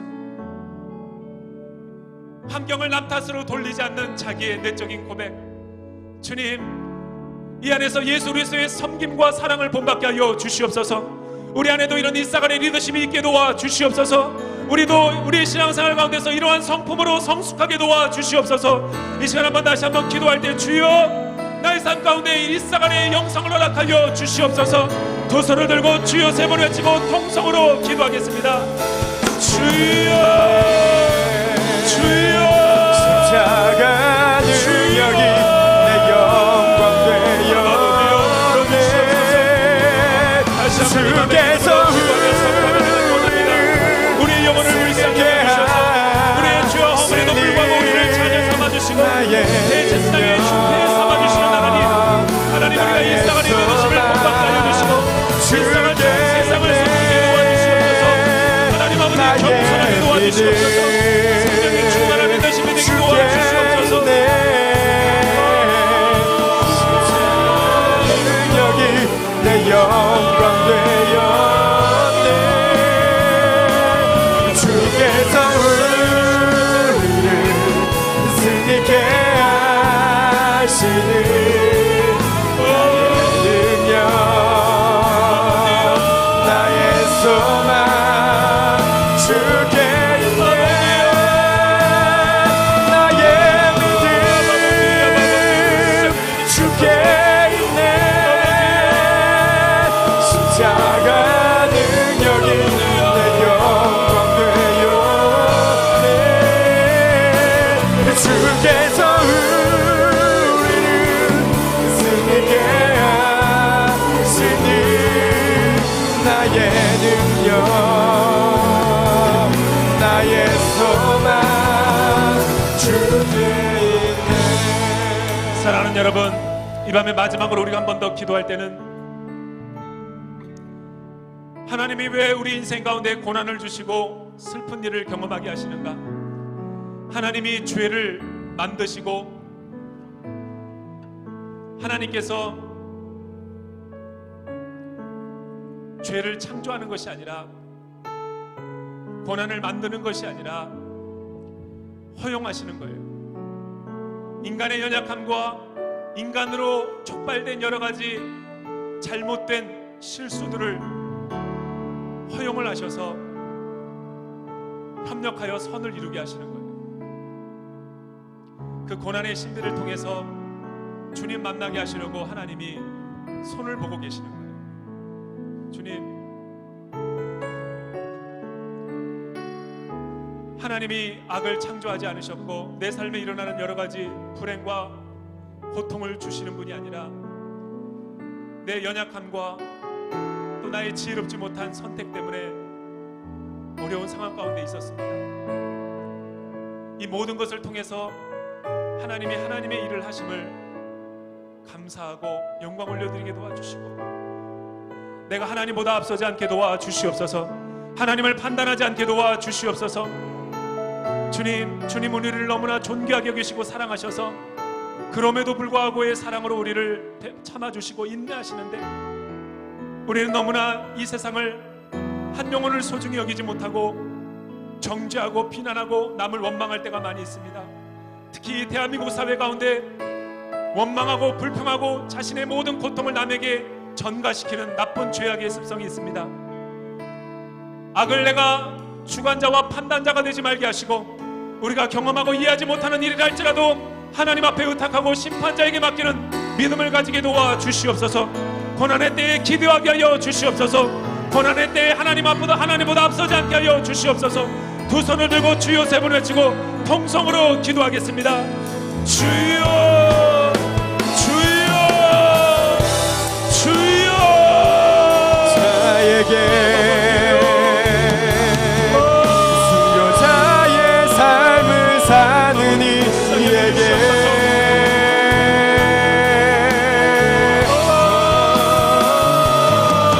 조롱하는 소리와 그 속에도 주의 순결한 신부가 되리라. 내 생명 주님께 드리리. 우리의 가정을 불쌍히 여겨주시옵소서. 우리의 자녀를 치유하여 주시옵소서. 하나님의 사랑이 고쳐주시옵소서. 영원히 치유하여 주시옵소서. 십자가의 길을 걷는 자에게 순교자의 삶을 사는 이에게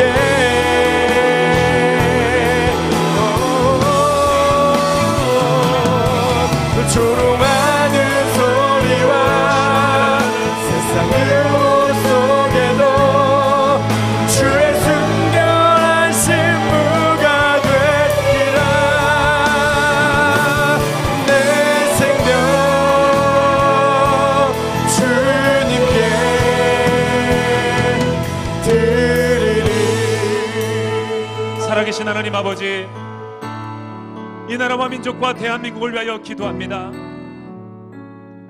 더 이상의 남탓과 책임전가와 원망과 불평이 떠나가게 하시고, 남을 비판하고 정죄하는 것이 아니라 한 영혼과 사람을 소중히 여기는 영혼 사랑이 회복되게 도와주시옵소서. 남을 죽이고 매장하는 리더십의 잘못된 문화가 아니라 죄를 치유하고 회복시켜서 하나님처럼 야곱의 가정을 살려서 하나님의 나라를 위해 쓰시는 하나님의 성품을 배우게 하여 주시옵소서. 우리의 가정을 치유하여 주시옵소서. 남편을 용서하여 주시고 아내를 용서하여 주시옵소서. 자녀들을 회복시켜 주시옵소서. 우리의 모든 깨어진 관계성이 치유되고 회복이 일어나게 도와주시옵소서. 가치와 조건이 있어서 사랑하는 것이 아니라 그럼에도 불구하고 헤세드의 사랑을 연습하는 우리 모두가 되게 하여 주시옵소서. 그렇게 역사하시고 오늘 주님 앞에 나올 때 수많은 기도 제목을 가지고 나왔습니다. 대학 입시에 여러 번 실패했는데 힘을 주시고 능력을 주시고 용기를 주셔서 다시 한번 도전할 수 있는 믿음을 허락하여 주시옵소서. 면접 결과를 기다리고 있습니다. 초조하고 긴장하지 말게 도와주시고 주님의 뜻대로 인도함 받게 도와주시옵소서. 어머니의 건강을 위하여 기도합니다. 우리 어머니의 건강 가운데 영적인 생명력이 있게 도와주시고 치유되고 회복의 역사가 일어나게 도와주시옵소서. 주님, 정신이 불안합니다. 주님, 너무나 신체가 견디지 못하고 힘들어합니다. 약을 끊어버리게 도와주시옵소서.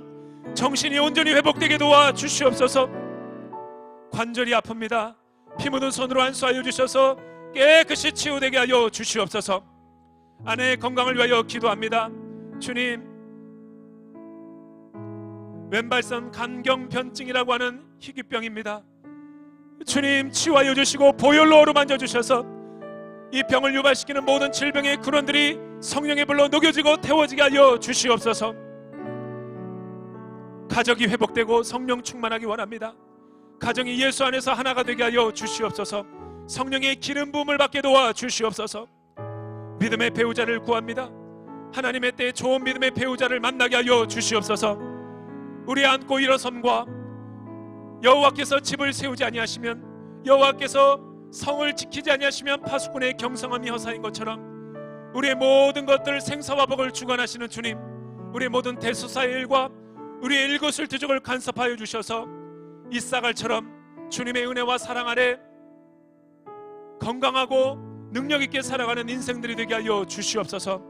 그렇게 역사하시고 인도하실 주님을 찬양하며 지금은 우리 주 예수 그리스도의 은혜와 하나님 아버지의 크고 놀라우신 사랑과 성령 하나님의 감화 감동과 교통하심의 역사가 하나님의 귀한 말씀을 듣고 이 말씀의 뜻과 능력대로 살아가기로 결단하며 다짐하는 머리 숙인 주의 백성들 위해 이제로부터 영원토록 함께 하시기를 간절히 축원하옵나이다.